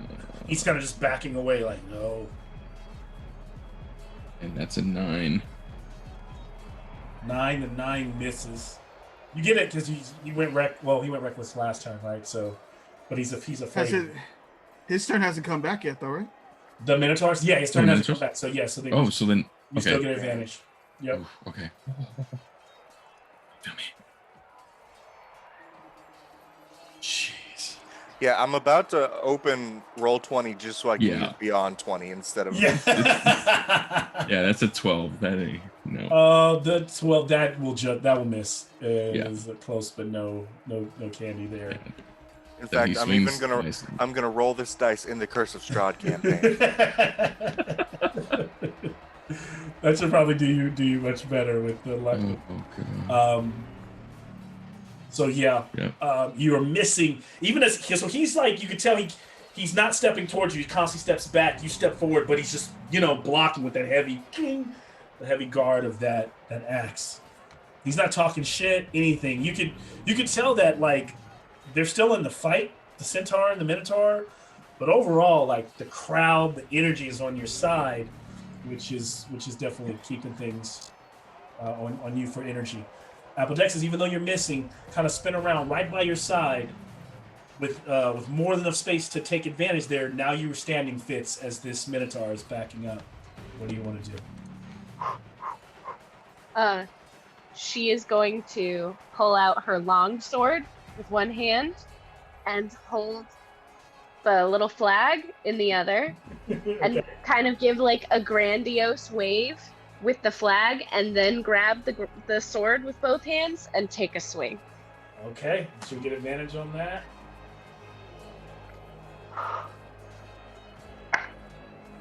Then so far, no flashbacks used by the party. Those Saving are all them for Nick. Proxenoses. Yeah. The first roll is a 16. That will hit. Okay. I guess if I get a 20, it makes a difference. That didn't. Okay.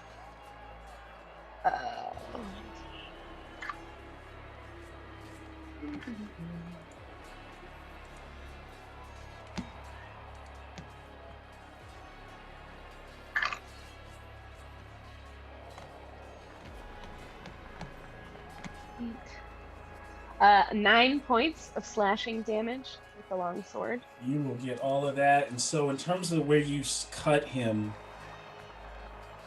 another rake across, as he keeps trying to block, another rake across that forearm that you just stuck the dagger in.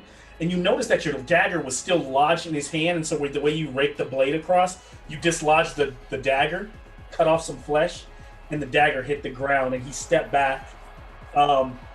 And so he's kind of one arm grabbed his axe, pulled it back, and he's kind of bleeding from that arm that you hit him.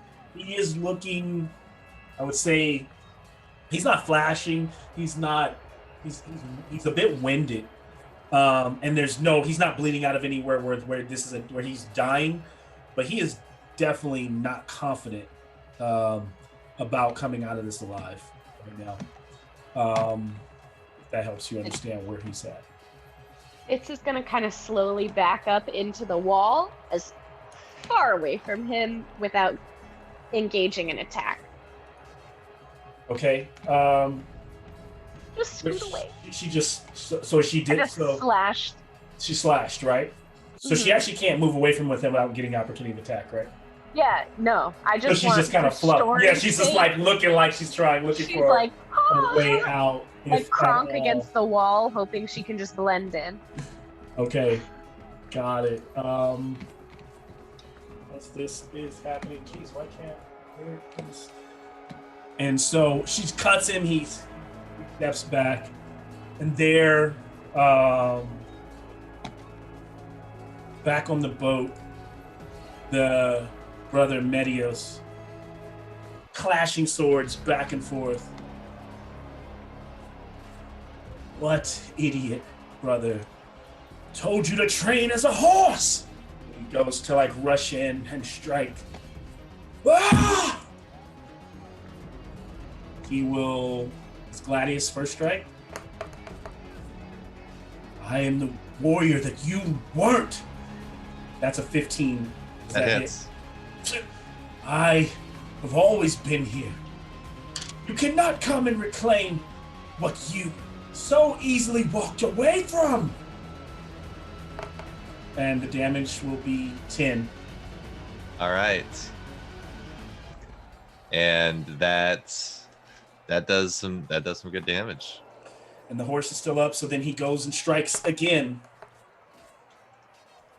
23. Yep. And that does 6 damage. Horse is still up. Horse is still up. And then he swings for his final time. As his sword kind of bursts with a blare of light. Like a flame. But this one, he kind of overconfidently, as he sees the fire hit it, you could tell that, yes! Almost like something is giving him this divine energy, and as he swings it, 5, he flubs it, and your horse dives, kind of backs out of the way.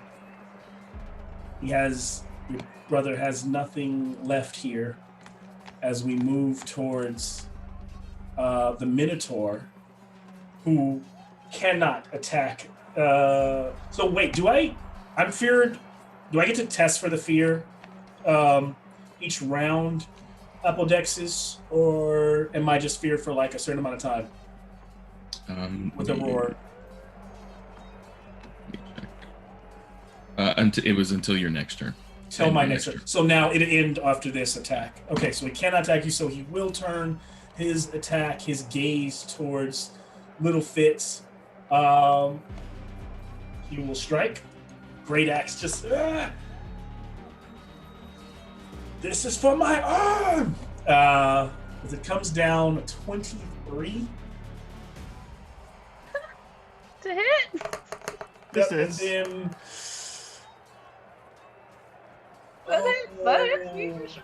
Fitz, how many hit points do you have total?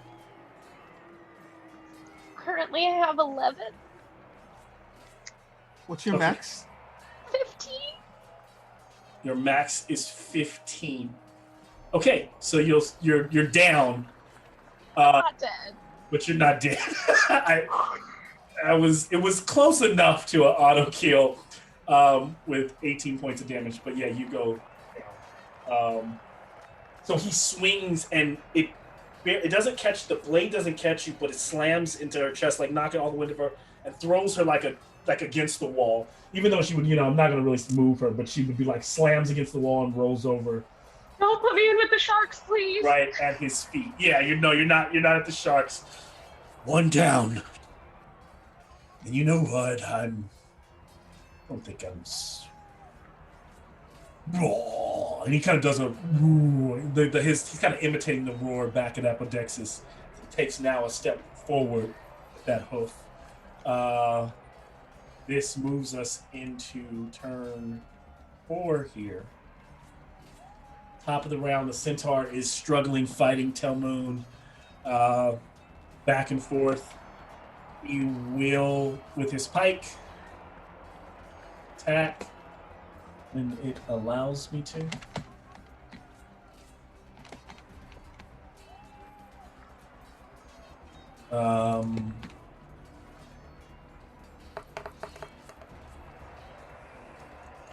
That was a 12. I know that does not hit you. And with the second attack, he turns around and his hooves go out. He tries to strike with his hooves. And that does not hit you. As Telmoon, your shield is there, your movement is there, your gracefulness is there, and this guy is just bleeding, and the Centaur is losing the fight. Like his endurance, his determination is down, and it is your turn. All right. In that moment, Telmoon will take a second and pray to Perforos to guide his hand. He's gonna bonus action cast Searing Smite. See if this hits.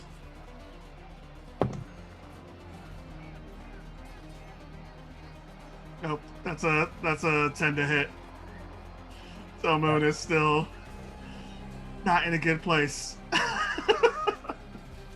10 to hit. So just miss, yeah. That will just miss. So Telmoon will back up and try to entice attack. The opportunity to attack. And so I'm not gonna try to medic this. I'm gonna give him a wisdom check. And what's your spell wisdom save? My spell save DC right now is a 13. I'm gonna go 2 under that, so I'm gonna say it's an 11. Because it's not like a real spell or anything. I'm gonna say if he hits 11 or more, he's able to wise enough to be like, this guy's baiting me. If he doesn't, he attacks, right? If he fails, he will try to go for this attack. He has a plus one to his wisdom, and he fails drastically. And so he goes for the attack. I still have to hope for a miss. 18. Can't risk it. I'm using my reaction on shield. Shield.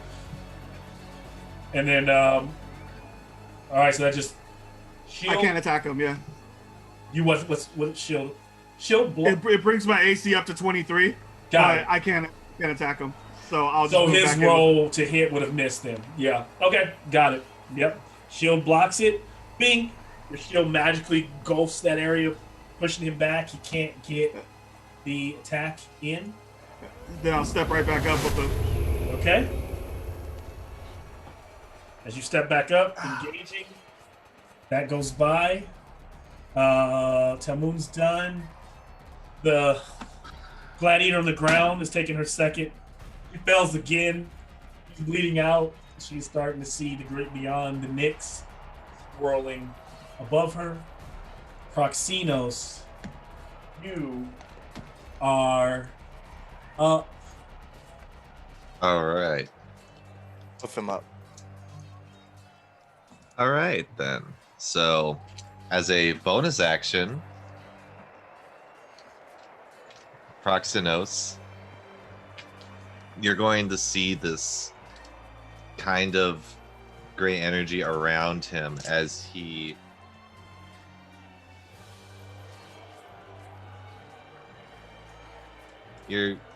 Proxenos, as the brother strikes him twice, he kind of snorts out as you see this like white energy like around him a bit, and he is going to use his bonus action for Balm of the Summer Court.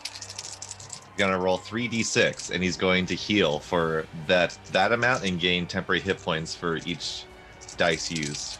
Nice. And that is 14 he heals. 14 for the horse? Okay. Yeah, so the horse heals for 14 and gets 3 temporary hit points. So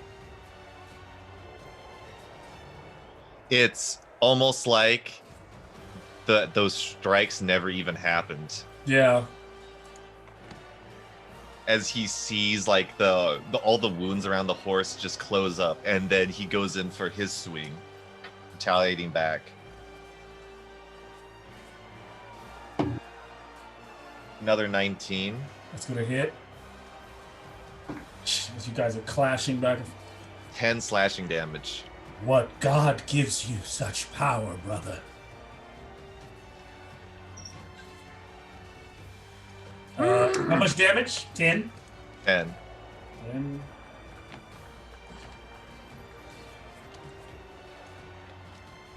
All right. He takes it, and your brother is looking. He's looking haggard. He's looking tired. He was sure that like he had you on this. His training, everything that he's put into this. Yes, his sword is glowing, but like he should have more energy as he cut and you kind of start to push it back. He just looks tired right now. That's the end of Proxenos' turn. I will fight through. You will not best me in my home. And as this happens, Proxenos is winning the fight as a horse, of all things. We kind of pan over to Roxy's. The horses are gone. Those things have rode off. This gladiator, she's no more. It's just you and Pythias at this point. Over here, what do you guys want to do? Well,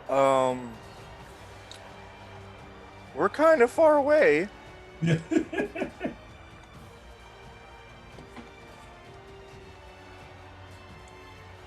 You guys want to just start working your way over? Or with a dash, I think the closest 5, 10, 15. Like 40 feet gets you about here. So if anybody moves closer than that, you know. Yeah, so I should. Yeah. Where does 60 take me over to the centaur? Yeah, you're going 60 feet.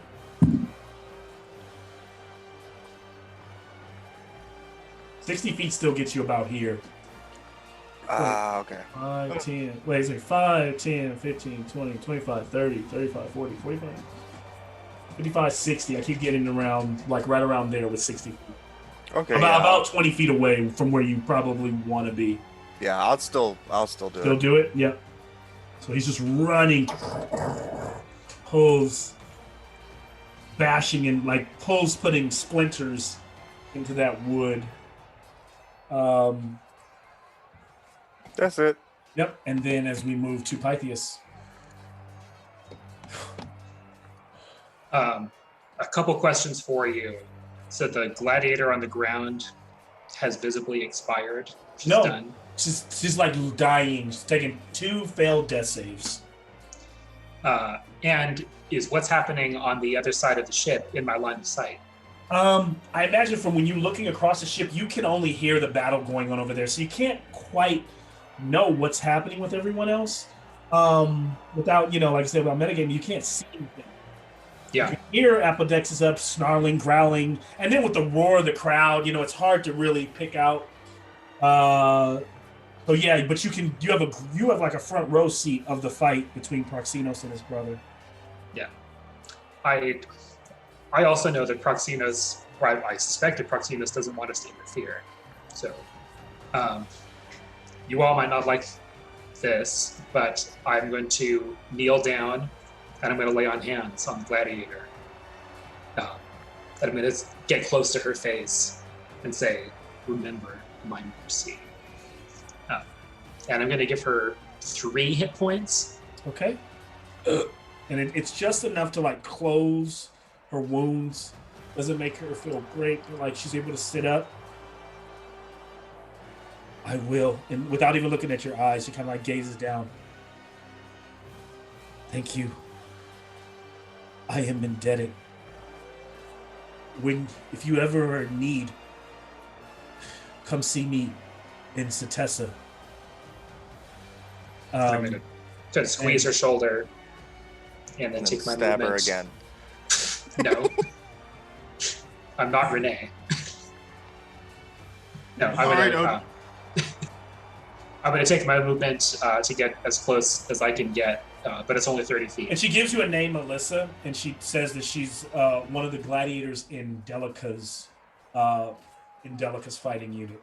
But okay. Yep, just for whatever that means to you. Okay, and then what are you going to do with the rest of your... I was going to use my movement to follow Taroxes.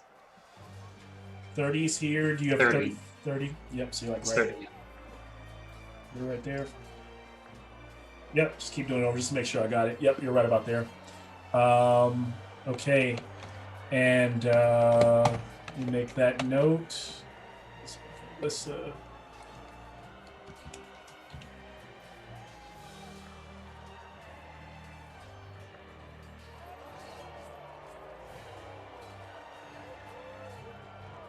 Okay, so after Pythias goes, it is Apodexis. Okay, and he is swinging that mace one more time. 21 to hit. It's gonna hit. And he's gonna take 7 damage. Minotaur. This Minotaur is taking damage, but unlike all your other enemies, he is just, he's not absorbing anything. By all means, you're giving him the damage. But he is the one, of all of who's still standing his ground and continuing to fight on. You feel like you kind of almost have him you have him like halfway to where you want him. I can take more. Come on. And anything else, Apodexis? That's it. Fitz, you're up. A death save for me.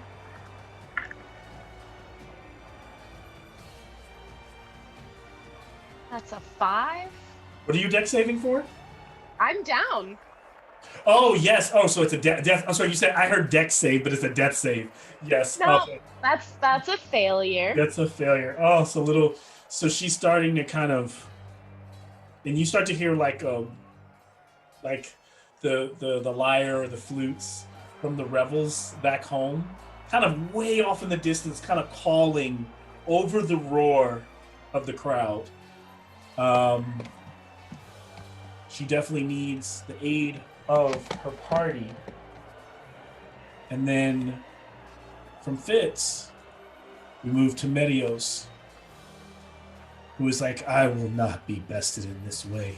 He, pairing off his brother as the horse, kind of looking for a spot, he makes his first attack. That 8, I'm sure, misses. It barely misses because I have a 10 AC. Oh my god, so he misses with that, and then he will, with his second blow, this time he leads with the shield, and he kind of like ducks behind his shield and pushes in for like a shield bash to try to like imagine, like, wherever this horse is, he's trying to like bash into the horse's muzzle. If the horse maybe feet go up, he's trying to like push in and throw it off balance. Second attack. Another 8. So like you are fighting defensively. All of the kind of harkening back to those maybe a few shots from the training that Taraxis gave you, but training as a horse, that Talmoon was always shaking his head like, why are we doing this? It is somehow paying off. That third and last strike, this time going out with his blade with a 23. Yeah.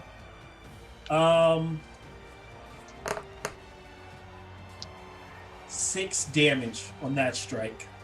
Yep, that'll do just a bit of damage because that gets rid of my temporary hit points. Nice. He does find it, and then as he kind of finds that point, he's like, yes, there, I see it. I know how to best you now. Come on, brother. And he continues on fighting. We move to the Minotaur, who is not... Little Fitz has gone down. She's not someone he's concerned with. He wants this tiger man, this Leonin in front of him.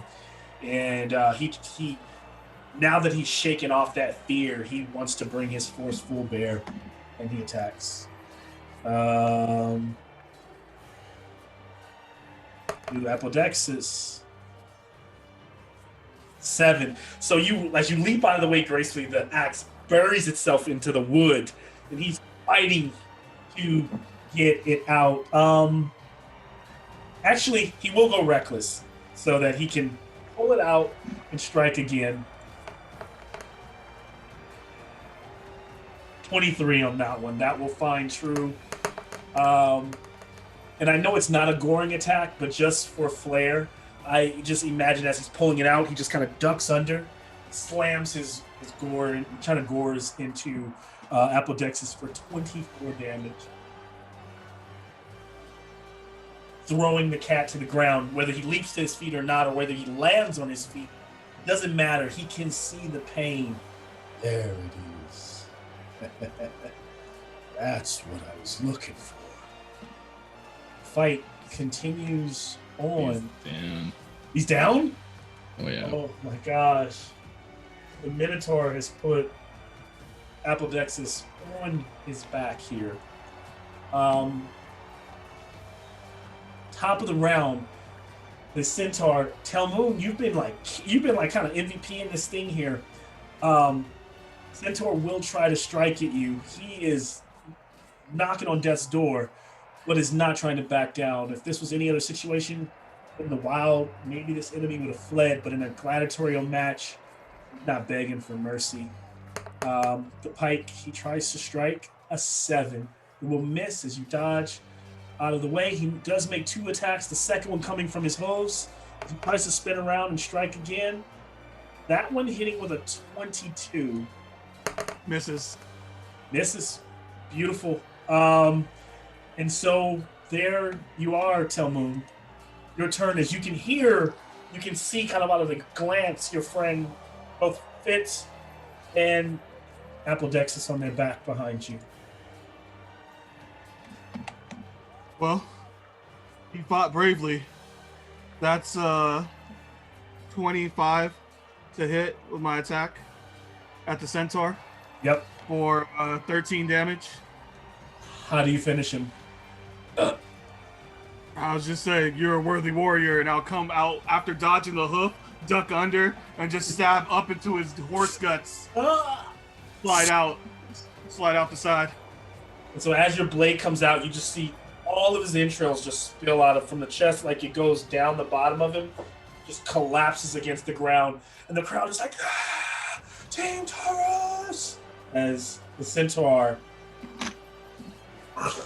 falls over on his side and dies. Movement And wise. then I will go and run past the Minotaur. If I have the speed. So, what are you? Are you 45? Oh yeah, you get by him. So seeing both of his opponents down, of course he turns and will strike towards you on this one.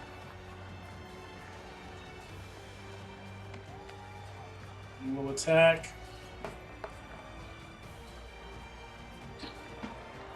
Oh my god, an 8. So he swings wildly out, misses. That's another 22 to hit for 6 damage. So when you move out and you do that passive, you have to move back in for this strike, or you strike going by them? No, he strikes. Got I it. strike going by him. Yeah. So fucking broken and awesome at the same time. But if you want, I will. No. I will step into. If I have No. more movement, I would step back into him. So I mean, hey, if you want me to stay there, I will. No. I don't even think you have the movement. You kind of like went just enough by him. I'm not even worried about that. I'm actually just saying. Okay. It's cool. Give me the damage. That was 6 damage on that one. Okay. Or sorry, 7 damage. So right now you're like the party that's on the ground. Their only threat is bringing down the Minotaur at this point. He's the only one raging, and you kind of have a feeling that by design, the way they set this up, that would be the case based on forcing you from the water onto the ground, hoping that the chariot and the centaur softened you up enough, and hoping that the gladiator, the Minotaur, can bring his full force to bear. But he's struggling now. He's starting to look tired after that strike right there. I mean, after that strike, Telmoon's looking past them, Yeah. hearing the steps of Taraxis, just praying his brother gets here. This is a problem. Yeah. All right, and okay, yes, and we then move from Telmoon to from Telmoon to Proxenos. And as it's just continuing this exchange of blow to blow. Yep. And that is a 18 to hit That will hit. with another 5 slashing damage. 5. You beat your brother back, cutting another slash across his chest plate that like almost opens it up and like cuts into his arm. He staggers back in pain. I will not back down. And you've hit him. Anything else? He's looking haggard here, and you feel like you're controlling this fight. And just the stare down that's just going on right now. Yeah, just them. And then as we move, stare down between brothers here. As we move from Proxenos to Taraxis. Taraxis, you are up. Trying to make, yeah. How far does 30 feet get me? Let's get you 30 gets you 25 feet away from the bad guy. I'll dash. Dash. Yep, puts you As right I there. slam into it, using that bonus for Goring Rush. Yep, that will, okay. And that should be advantage because of his recklessness. Yep. Alright, Curse of Strahd. Show me the good stuff. I hate thing. I got an 8 and an 8. You got an 8 and a what? And an 8. Oh my god. So he spins back around, both of your horns lock, and you guys are just like forehead to forehead, horns locked each other's eyes, staring into each other intensely. Standing over your fellow, folks down on the ground here. And it is a fight here, and the crowd is going nuts. The announcers are talking, but like you guys have you're far beyond that, right? You're not taking in anything that anyone is saying. Is there anything else? Is that all you got? Then we move. That's everything. Pythias. Yeah, not much I can do when I'm not next to things. So I'm gonna move my 30 feet towards what's going on. Pythias, if you wanted to, you could also jump in the water and swim directly across. Instead of going around, that would probably be because I know I probably didn't bring that up there, but if you at least do it here, 5, 10, 15, 20, 25, 30. You dash all the way, you'll get to the other side, but you'll just be getting out of the water. Yeah. But yeah, let's do that. I want to get into the action at least. Actually, if I dash you at a diagonal, right? Because you can swim really quickly. Yeah, that's swim at 30 feet. Yeah. So if you do,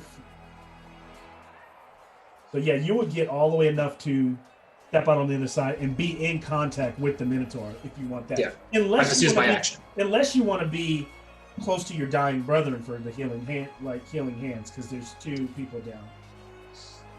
Yeah, I'm having a hard time seeing that. I'm sorry. You're okay. So you wouldn't know, right? So 5. So if you went 5, 10, 15, 20, 25, 30, 35, 40, 45, 50, 60 would get you just standing on the deck next to Apodexis, right? You might have to move next to. Yeah. So I want to be next to them. Yeah, that's where I put you. So Apodexis, and Sounds then you're 5 feet. You're actually 5 feet. You're next to both of them because at a diagonal you can heal either Fitz or Apodexis. Fitz is making how many deaths? How many fails has she? Has she had 1 fail or 2? Just don't roll on that one, Fitz. We got you. Yeah. Okay. Don't jinx me like that. Yeah. I'm knocking on all the wood I got. Whew, this is crazy. Pick her up for the inspiration. I didn't think this was going to be so intense. I was like, when we go back a couple rounds, I was like, this is over. They got this. But yeah, it's coming down to it. So Pythias, you get over there. As you do, we move to Apodexis, your first death save. Right.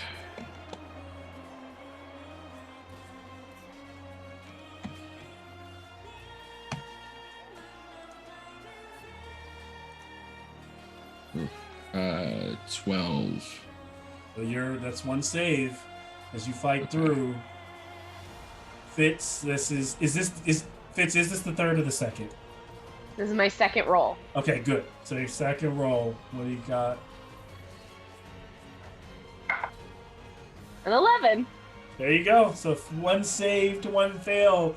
As that music starts, as you start to hear the chanting of the crowd, and imagine as her eyes open just for a moment, she sees someone waving one of her little black flags, and it keeps her fighting for another round.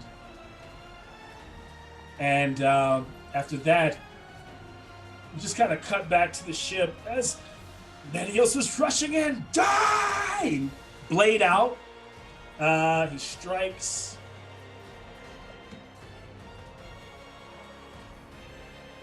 Give me back my rightful place. He strikes with the gladius. 8. Man, what's him in the 8s? Then he shield bashes again. He tries to go for the same move. You see it coming. 13. Does that hit? That hits. That hits. So the shield bash. And what I didn't do last time, which I just forgot about, but he will take 13 damage on that one. Sorry, 10 damage. 10 damage on the shield bash. All right, 10 damage. And then you will give me a strength saving throw. Strength saving throw. That You don't bully a horse, Mel. You don't knock a horse down. Okay. That is 22. Jeez. All right. So he does not falter as that goes through. And then he will then swing back with his gladiator, striking again. That is a 22. That is. 8 damage. All right. So I drop out of the horse and I take 4 damage.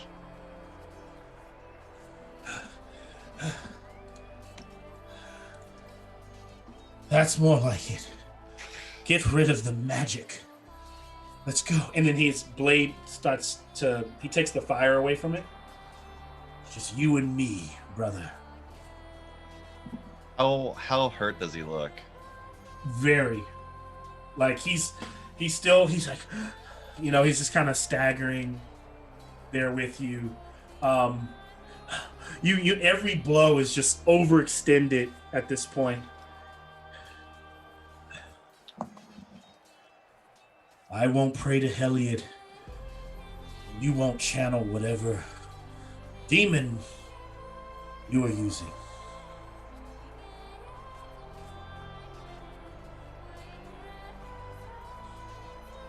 Do you really want to know where I get my power? Do you even know? It's not from the gods. Then who? From myself. You lie! He continues to clash blades with you. And yes. Yeah. Turn 6 here. Coming down to the wire. Telmoon, you are up. You've been gracefully hopping around this battlefield, destroying for your friends here. Taraxis is now where he wants to be. Telmoon's where he wants to be. What do we do here? All right, Telmoon is going to step in and try to stab this Minotaur in the back while he's tied up with Taraxis. Yep. Get that good flank. And the reckless, so you do get advantage. It's another 8 and another natural 20. All right, well, the nat 20 land. That's the 3rd time I've rolled that. I don't know what's happening. That is crazy. The amount of like numbers that keep coming up in this game are silly. Like I've been rolling 8s all night. Like it's the number that for some reason keeps coming up. That's 12 damage. All right. And then I'm gonna spend 2 sorcery points to Booming Blade. All right.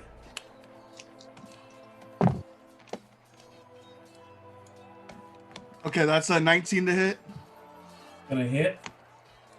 And that's another 11 damage. So,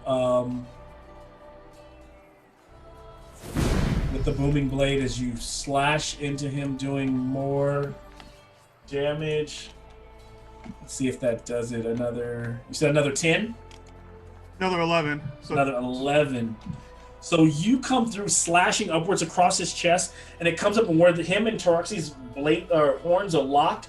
You lop off one of the horns, allowing Taraxis to get more leverage on the attack and to push in as one of his horns goes flying in the air and he goes lunging back, but he's still alive. Not for You know long. the move, Mal. You know the move, Mal. You're gonna push past him and try to get him to attack you, right? Stay. Give me the advantage. Yeah. I have enough movement. I can curl back around. Okay. So I'm gonna give him the wisdom to see if he goes for it, because I mean, only because he's locked with Taraxis, right? Like, Nope. it is. Please make it. It's fine. I know I'm broken. Fuck. He fails again. So he half-ass goes to strike. Oh, actually, no, wait. I rolled that for Medios. Hold on, let me roll that for the Minotaur. I'll take Medios. Yeah. I like Medios rolls.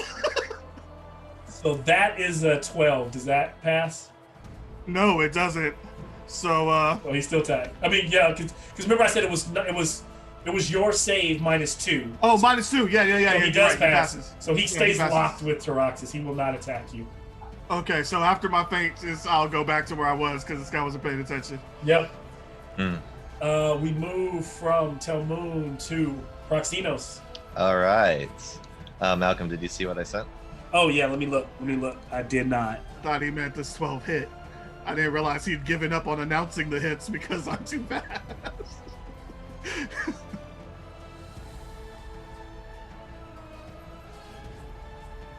Okay.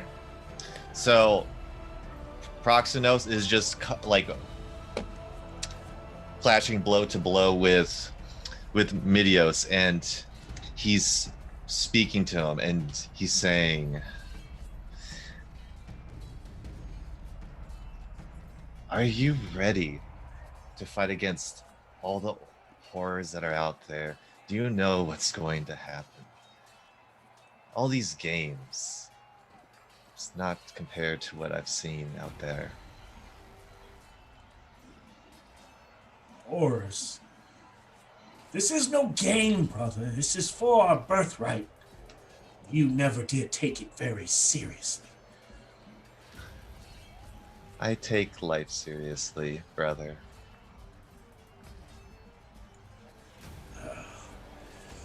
Then bring it. Once and for all, I know I have you. God! He goes striking towards you. It's not his turn. You continue to block. We go from Proxenos to Tyroxes. Tyroxes, you are right there where you want to be. I'm gonna Your use buddy that Tillman leverage. is backing you up? I'm gonna use that leverage to push him off just far enough to take a swing with the maul. Right. Please.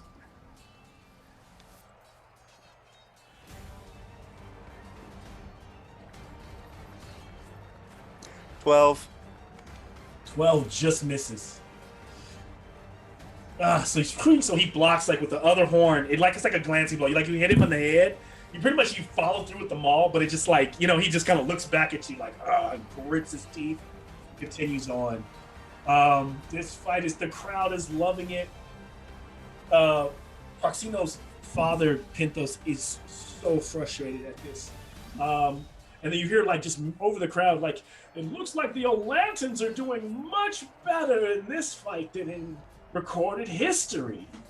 And Pintos' does not like that. Back in the fight, Proxys, Pythias, you're up. You're right there. Friends are down. Yeah, it's a no-brainer. I'm going to kneel down. Going to lay hands on Fitz. Give it like that. Touch her forehead, and I will give Fitz 4 hit points. Her leg kicks. She leaps back to her feet. And I'll say, the story isn't over today. But I think our friends need help. She's deep breathing, panic attack breathing. As a bonus action, I'll hand her one of the flags. Yay! The flags are so awesome. So very cool. As that is happening, move from Pythias, Apodexis, death save.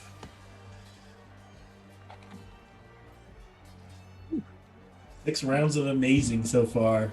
Success. So 1 success. Fitz, you are now up, back in the fight.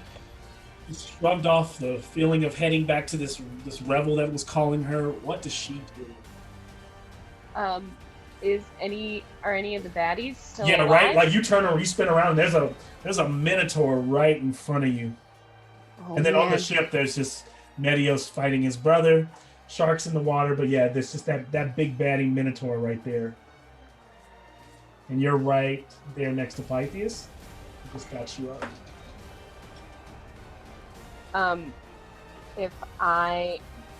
I'm not sure what the flanking rules are. Do I get a benefit? I'll give it to you. Yep, you get advantage. Basically, you stand on the opposite side of the bad guy, right across from Tyroxes. So you get advantage on the attack. Plus, he was already reckless last turn, so yeah, you get it anyway. So Sweet. I'm gonna try and hit him with my longsword. Go for it. Weakly. Because he brought me down. 17 is the first roll. That hits. Sweet. Awesome. My kingdom for a hit.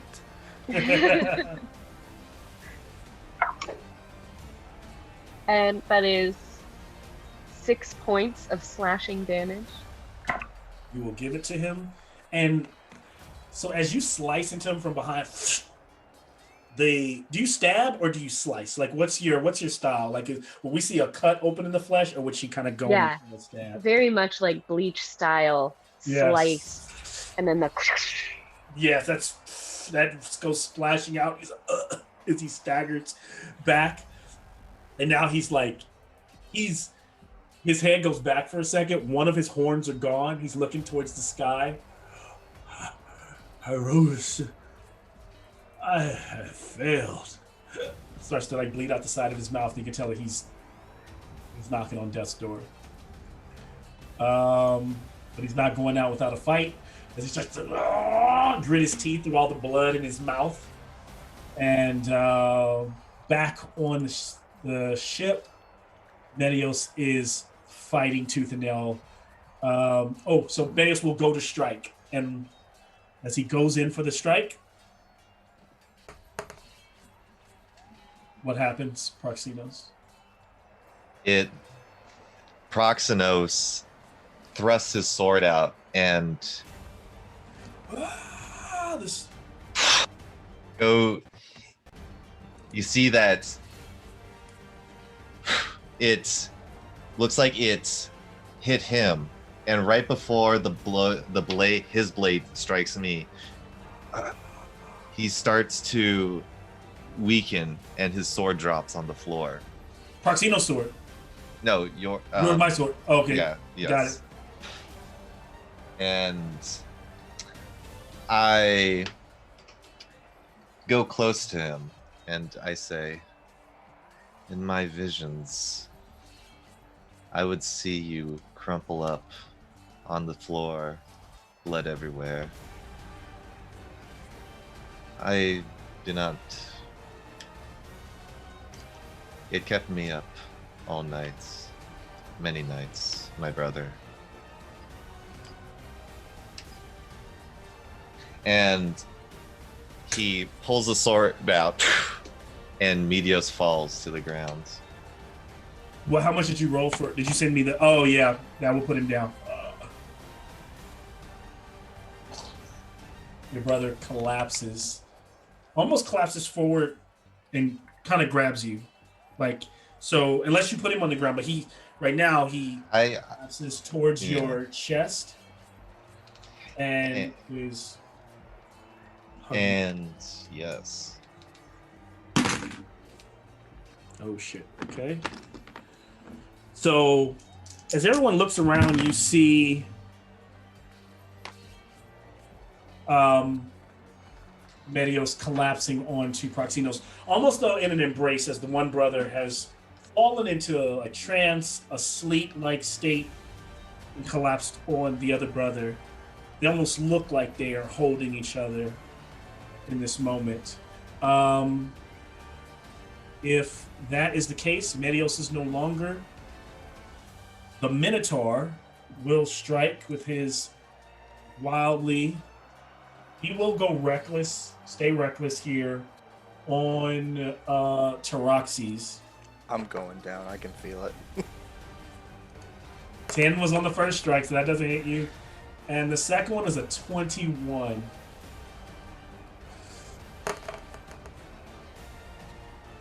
And only 8 great axe damage. He starts to drag the blade as you step out of the way, and it just as it's running across your chest, sparks are coming off of it. And he staggers forth. No. And then he just drops his axe and it slams into the ground. And before Taroxes and Telmoon and Fitz, mercy. I beg of you.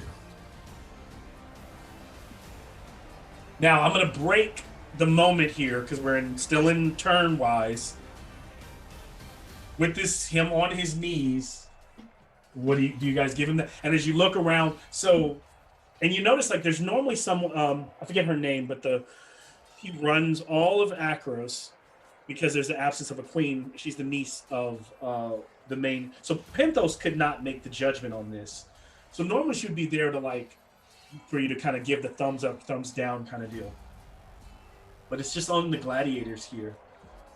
Penthos is standing and he looking at you all angrily at this entire situation. What happens? And I only want to hear not from the brothers, but just from, this guy's asking for mercy. I want to know from the main group what they do. The Minotaur is asking for mercy?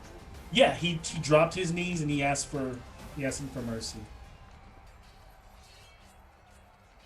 I imagine that anyone within an earshot, Taroxys, Telmoon, and Fitz, you all heard it. Apodexis, you heard it as well. So all of you that are right there in that fight hear him kind of saying he's done with it. Fitz kind of tilts her head down and looks at him and is like, would you do the same kindness for us if we were to ask for mercy? Or would you have just killed us?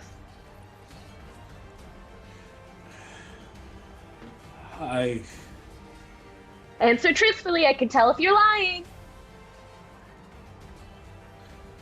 I would have killed you. So fine. Just make it quick. There's no glory in ending this with our blades. Telmoon swipes the blood off his blade and sheathes it. Taroxys leans down into his face. Just still this hulking, mechanical beast. I was crafted in the forges of Perforos for one purpose, son of Mogus. And he takes a gold coin, puts it in the thing's pocket, and then kicks him in the face into the pool. Oh my.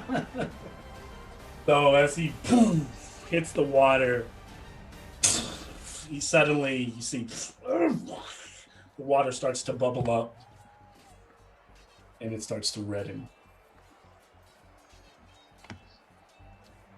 And there, everyone is cheering. Win for the crowd as you're all watching.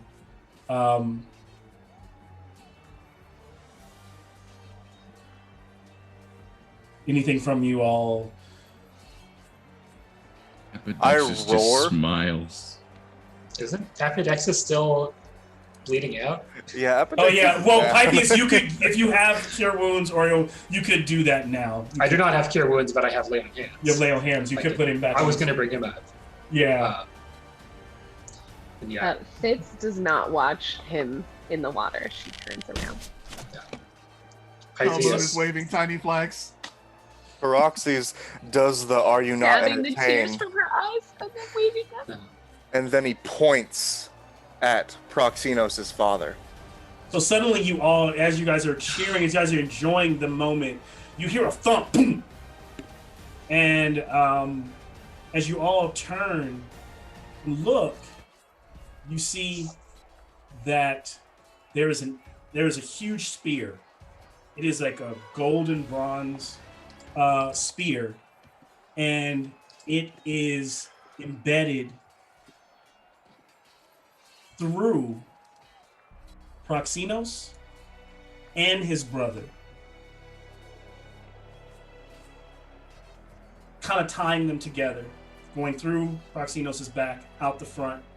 As you turn and look towards Penthos, who has taken this spear and thrown it down, as Proxenos clutches his brother, he realizes it's the same spear his father used to defeat the dragon.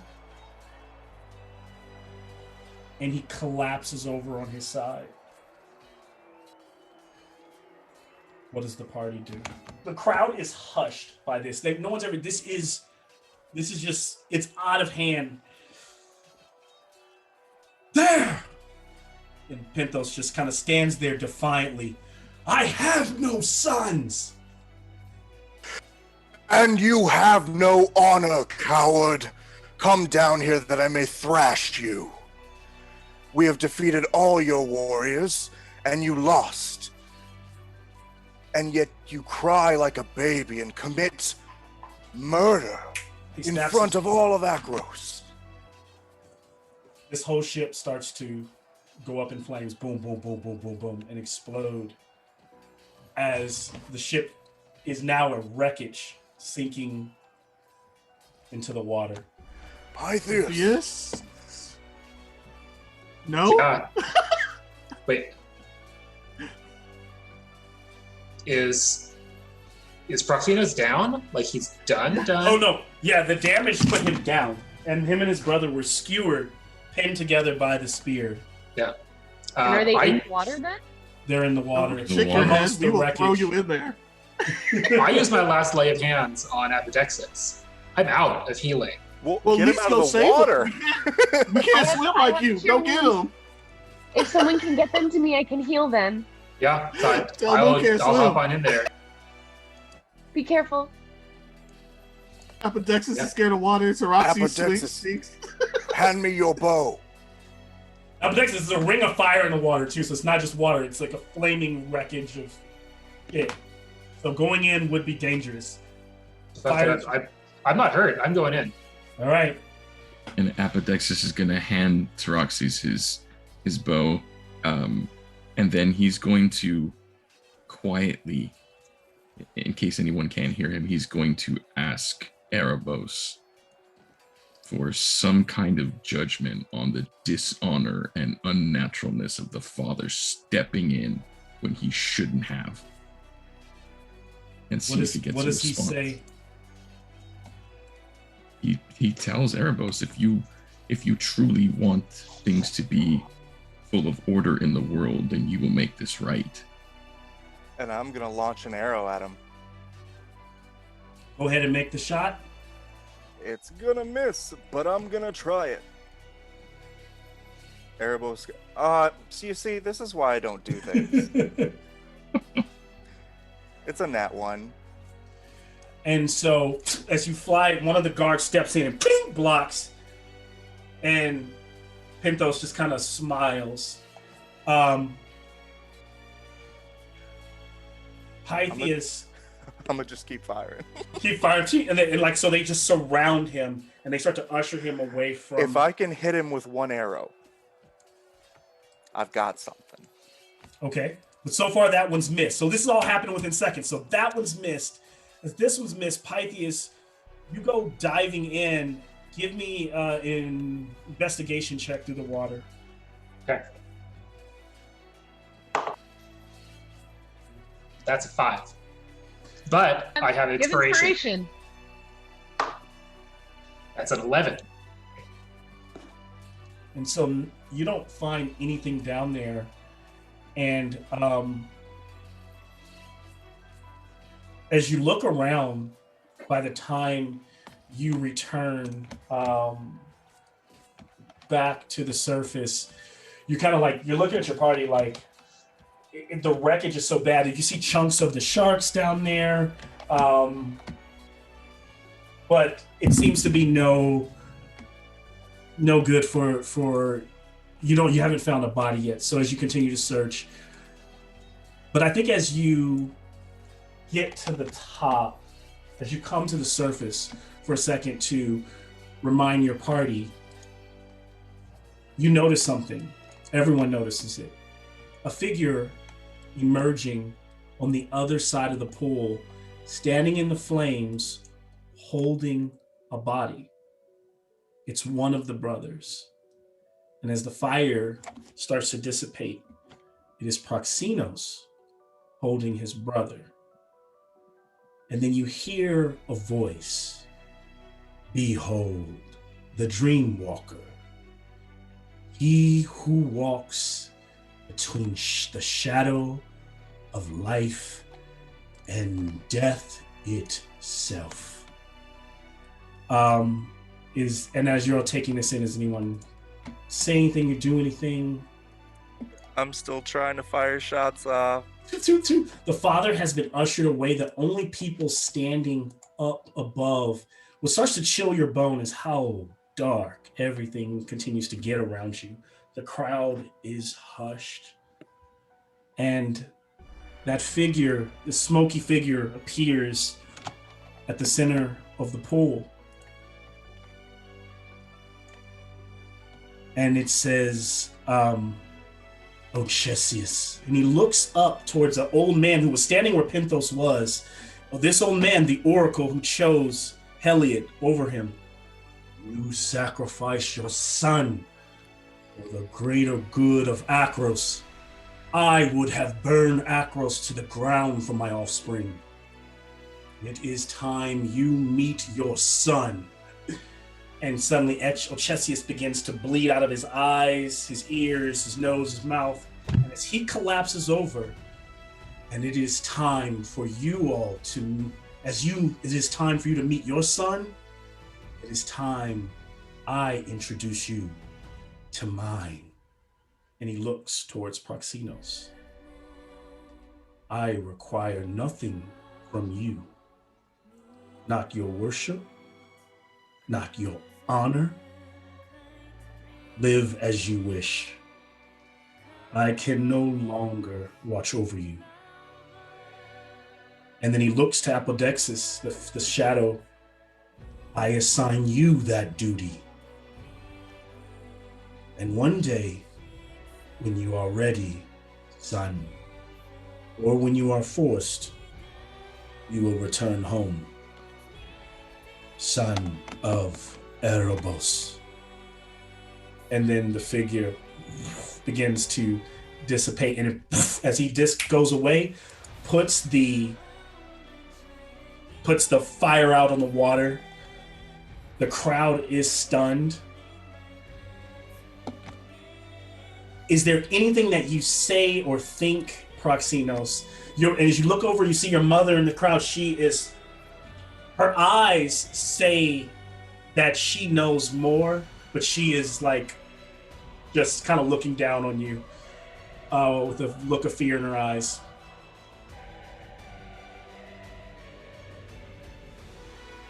Proxenos doesn't say anything, but is his brother dead in his arms? He looks like he might be able to be saved with if he could act quickly.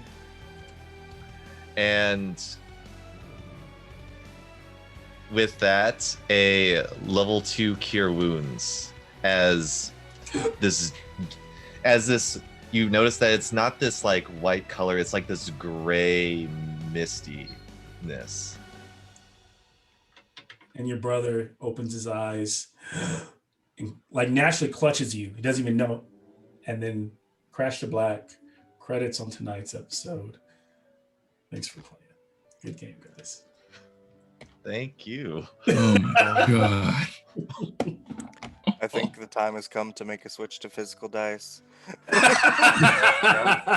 I hit one thing all episode. I'm the fighter. I have one job. At least you finished off the Minotaur technically. Yeah.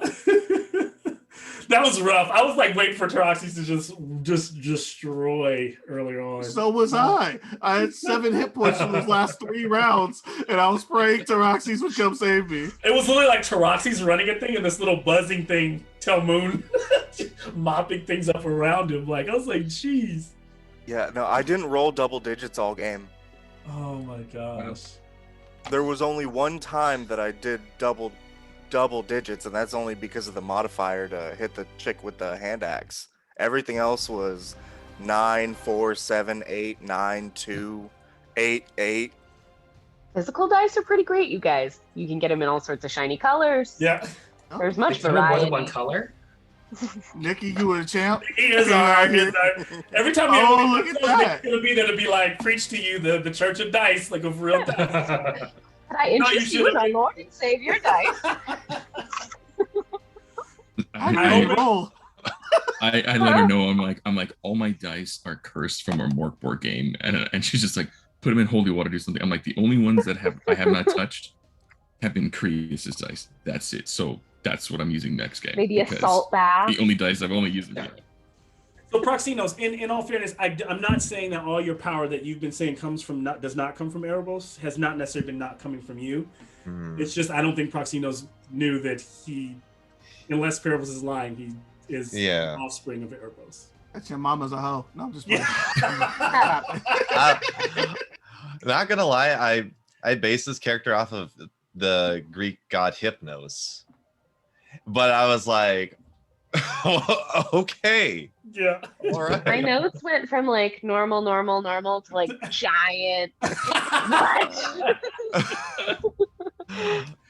Yeah, and that was my plan. Was that like he would be like, no, this is not, almost like would not want to accept this or believe this.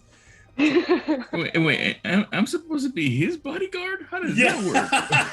Hey, be glad you got a pass. Take I it. know. Move on. I'm glad somebody in this shows mercy, because like in that last round, I was gonna say we need to remember what got us in this mess, but then Taroxes goes for the kill. So Hey man, Taroxes that's what it does. fully keeping it. Yeah, he was built to kill. From a Minotaurs. backstory perspective, there was no chance. Yeah, I only get it. backed up, knowing it was my turn next. I only backed up because Taroxes needed that kill. I mean, also the Minotaur. It said exactly what Fitz had asked. So Well, we're better than it him. wasn't going to say that, and I was hoping that we would show it mercy and then be like, "See, we're better than you." Flip side of that, we were the ones that sucker punched him during the pancreation fight. So if he was yes, mad that at us, Minotaur didn't do anything wrong but fight, and you guys murked him. Like, so thank you, Pythias, and thank you, Fitz, for trying to show some compassion. That's why I want to give directly to one person. So Colin, there's a gladiator, Delica. She's from she's a big deal in one of the other cities. So you got some that was a good bonus there for keeping that gladiator alive. We just have to go to Satessa. Yeah, if you ever find yourself in Satessa. Her name is Delica. Delica, the gladiator. Okay. Yeah, that was great. I was No, made Minotaur- for one thing. All Minotaurs must die. I don't know if you guys knew, we are genocidal. Oh man, what a fight! What a battle! That was fun. It was scary down to the.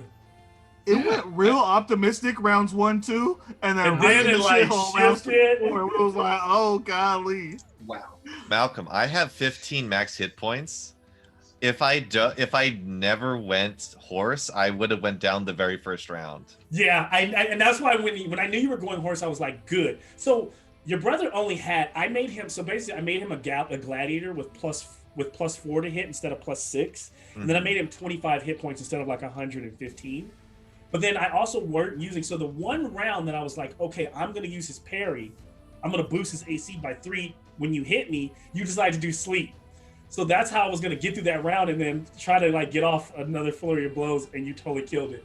But I did. So I had 3 endings or possible endings, and one of them was like they were I rolled it in the game, but it was like the father's gonna use the spear if he feels that this is not going the way he wants, and he's gonna try to kill his son. Yeah, we should have killed him. So I don't think he expected to kill both of them, but then when he did hit them both, he's like, "Fuck it, they're both not my it's over." He's next. We're burning this city down. You know that, right? You cannot. You do not try to burn Akros down. I will tell you that right now. You want to bring this game to a very, very short conclusion. Go after this city because remember, this is one house. You can go after a house. If you go after Akros, I'm just gonna let you know. I just want the man.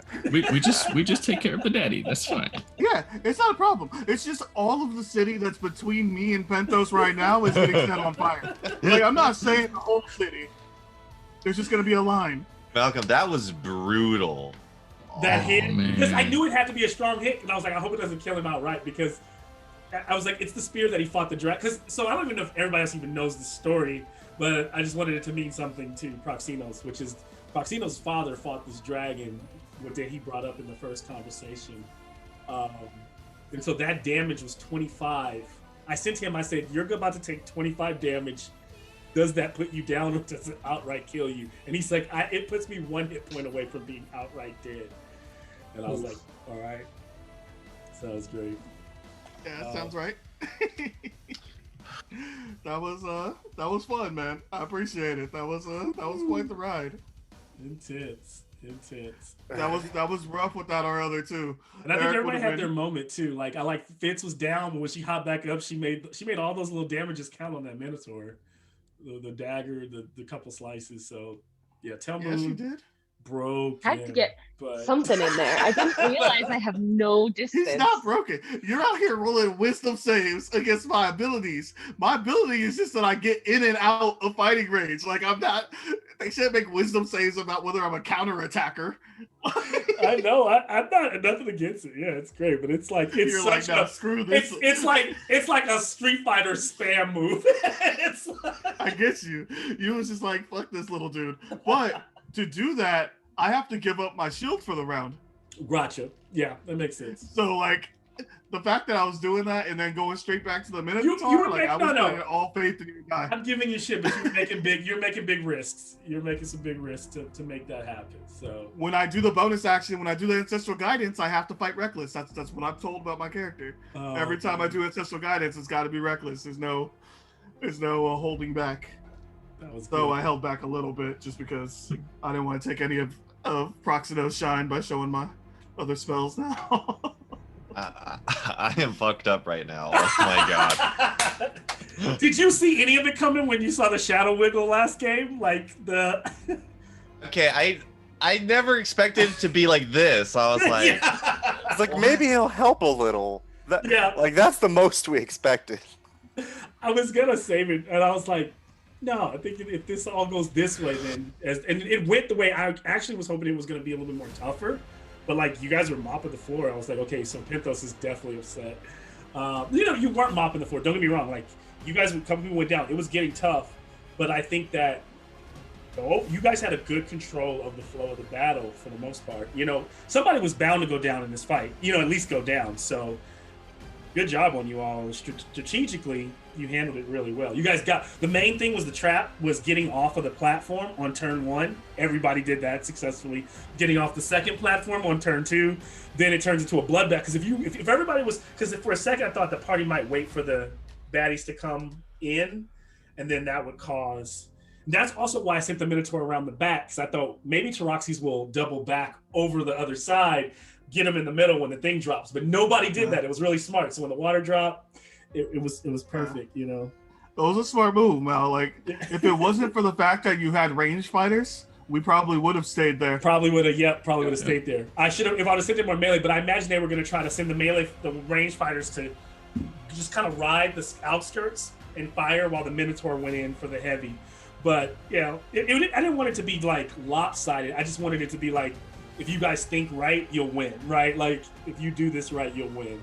I can't outthink my dice. I'm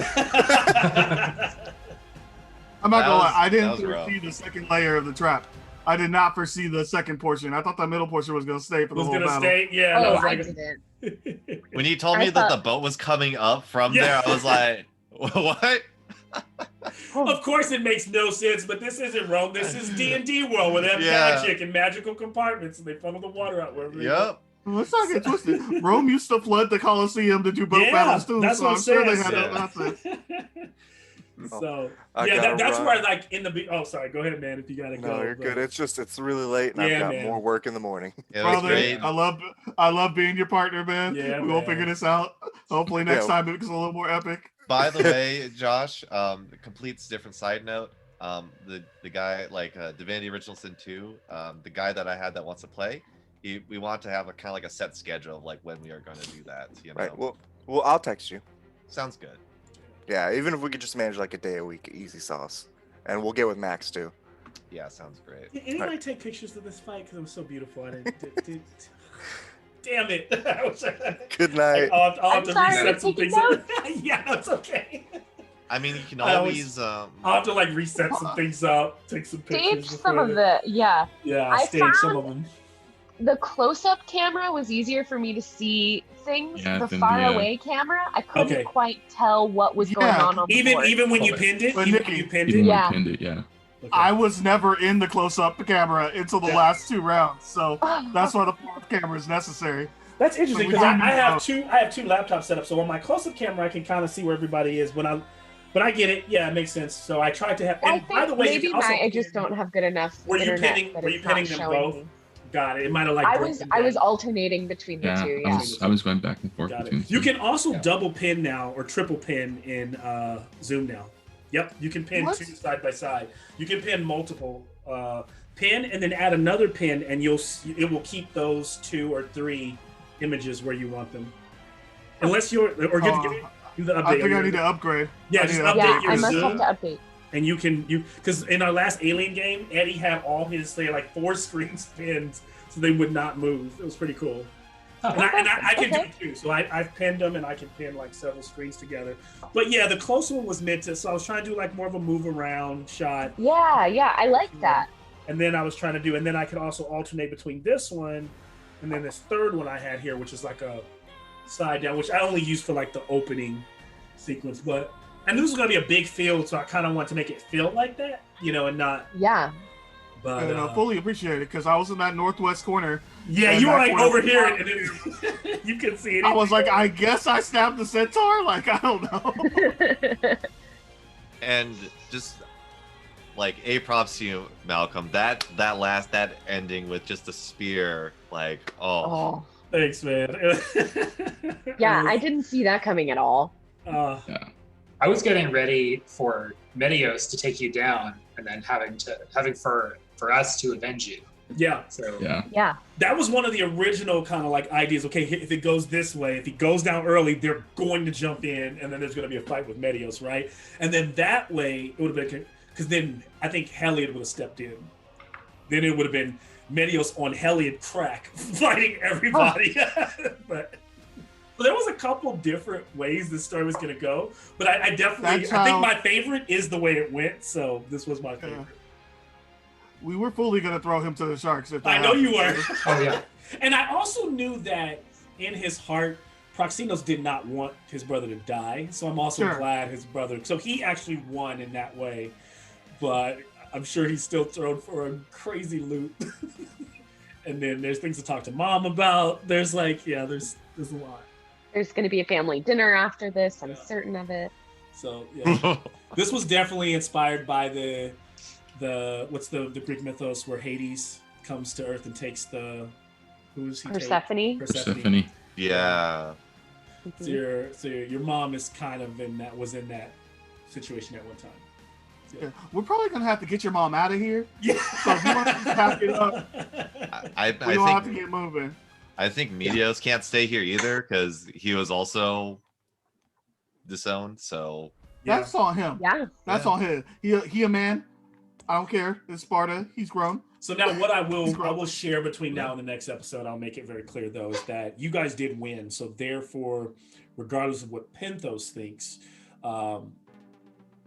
you guys are free. You're free men and women. You're free folks here in Akros. That doesn't necessarily mean Penthos may just go back to his location and hide out. Now if we're listening to Talmud and he's talking about a full-on assault on the House of Christos, we'll have to see I don't know. That could take the story in a completely different direction. So, or it's either that or, while you are free to come and go, do they leave or do they go and, do they leave the city? Yeah, no. It doesn't have to be the whole house. That's up to you. You get to decide how many people stand between us and him. All right. I like it. Don't get me wrong. Don't put me on a Kill Bill. I'm gonna set that. I'd love to set up the House of Christos and have you guys roll up to that fountain with all the straight. You hear him say he watched a lot of horror movies. Let's go. That'd be awesome. The 300 guard. You guys face. You guys just leveled up. So definitely, you're all gonna level up. And then they all get pulled level into 4. the Ooh. But let me introduce another idea, though, for our next steps. The House of Penthos is not the absolute law in this land. Could we pursue having him punished for interfering and killing his son? Maybe, yeah. Yeah. That seems like a pretty serious thing, and everybody saw it. Yeah. It's not like you can there's deny no doubt about it. I'm gonna tell you this. I want to sleep. When I wake up, Penthos is getting punished. So I mean, you got time. Do what you got to do.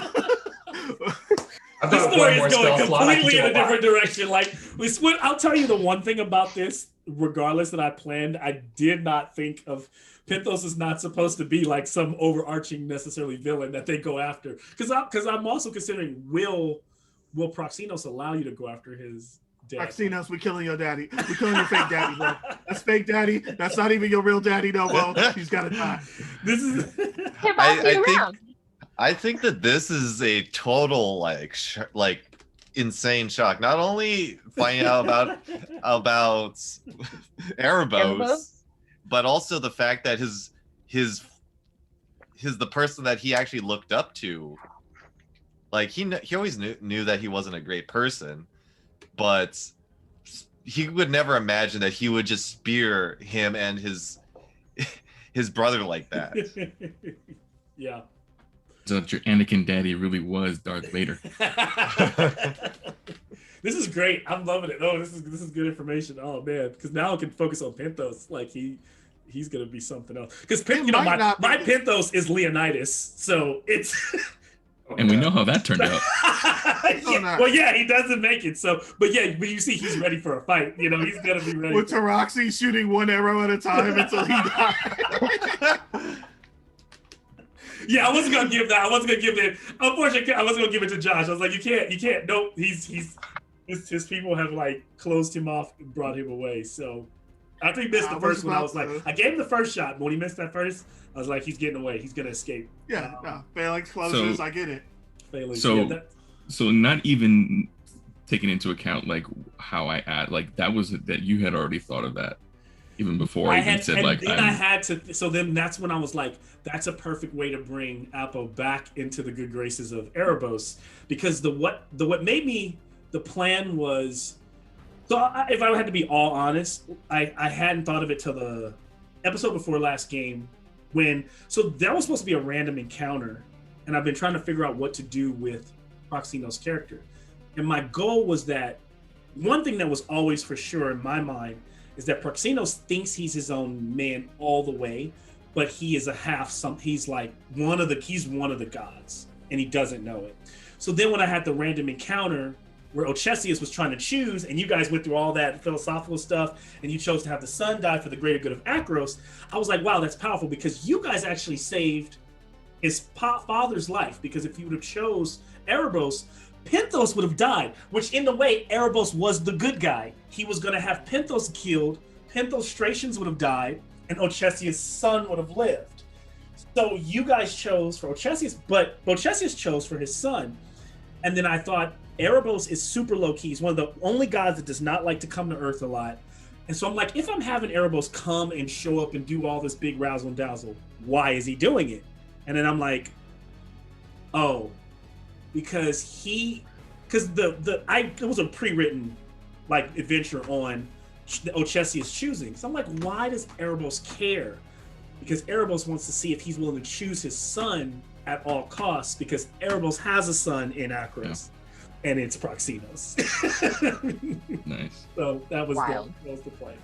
Yeah, that was the only thing. Yeah, he got to insert his opinion, telling Penthos, "I would have chosen to have my sons live." Exactly. Yeah. You know? Yeah. No, that was great, because that was the only thing I could think to do, and I'm like, I don't know what else to do. And that's also the idea behind THEROS, is that, you know, Erebos, right? You're like, Erebos should be like Strahd, right? Evil, but it's like all the gods have their level of evil and petty, and so it's really, there is no, the line between good and evil is very, very blurred in THEROS, because it's just gods and mortals, and that's it, you know? And because he's a god of death, it doesn't mean that he's evil, you know? Like Mogus is actually much more evil than Erebos. Erebos stays to himself. He does his thing down in the underworld, you know? And so I imagine he had to come out here because, man, people were fucking with his son. And so he's like, let's just do this real quick. And I imagine, like, unlike Heliod probably has many bastard sons. You know, he's like that guy Zeus. He's just, he's using the finger guns. Yeah, he's just. So Erebos, for him to have a son, it's something different, right? It's like this. So yeah. I love the new moniker, Proxenos the Sleepwalker. The sleep. Nice. The dream. Yeah. The Dreamwalker. The Dreamwalker. That's It's so perfect. cool. Yeah. Yeah. And so I don't know what you had thought about, but I think from the get-go, I had always been trying to figure out why does he sleep and what does that mean. And then I had started leaning towards in my other games when the other party went to this hotel called Erebos' Rest.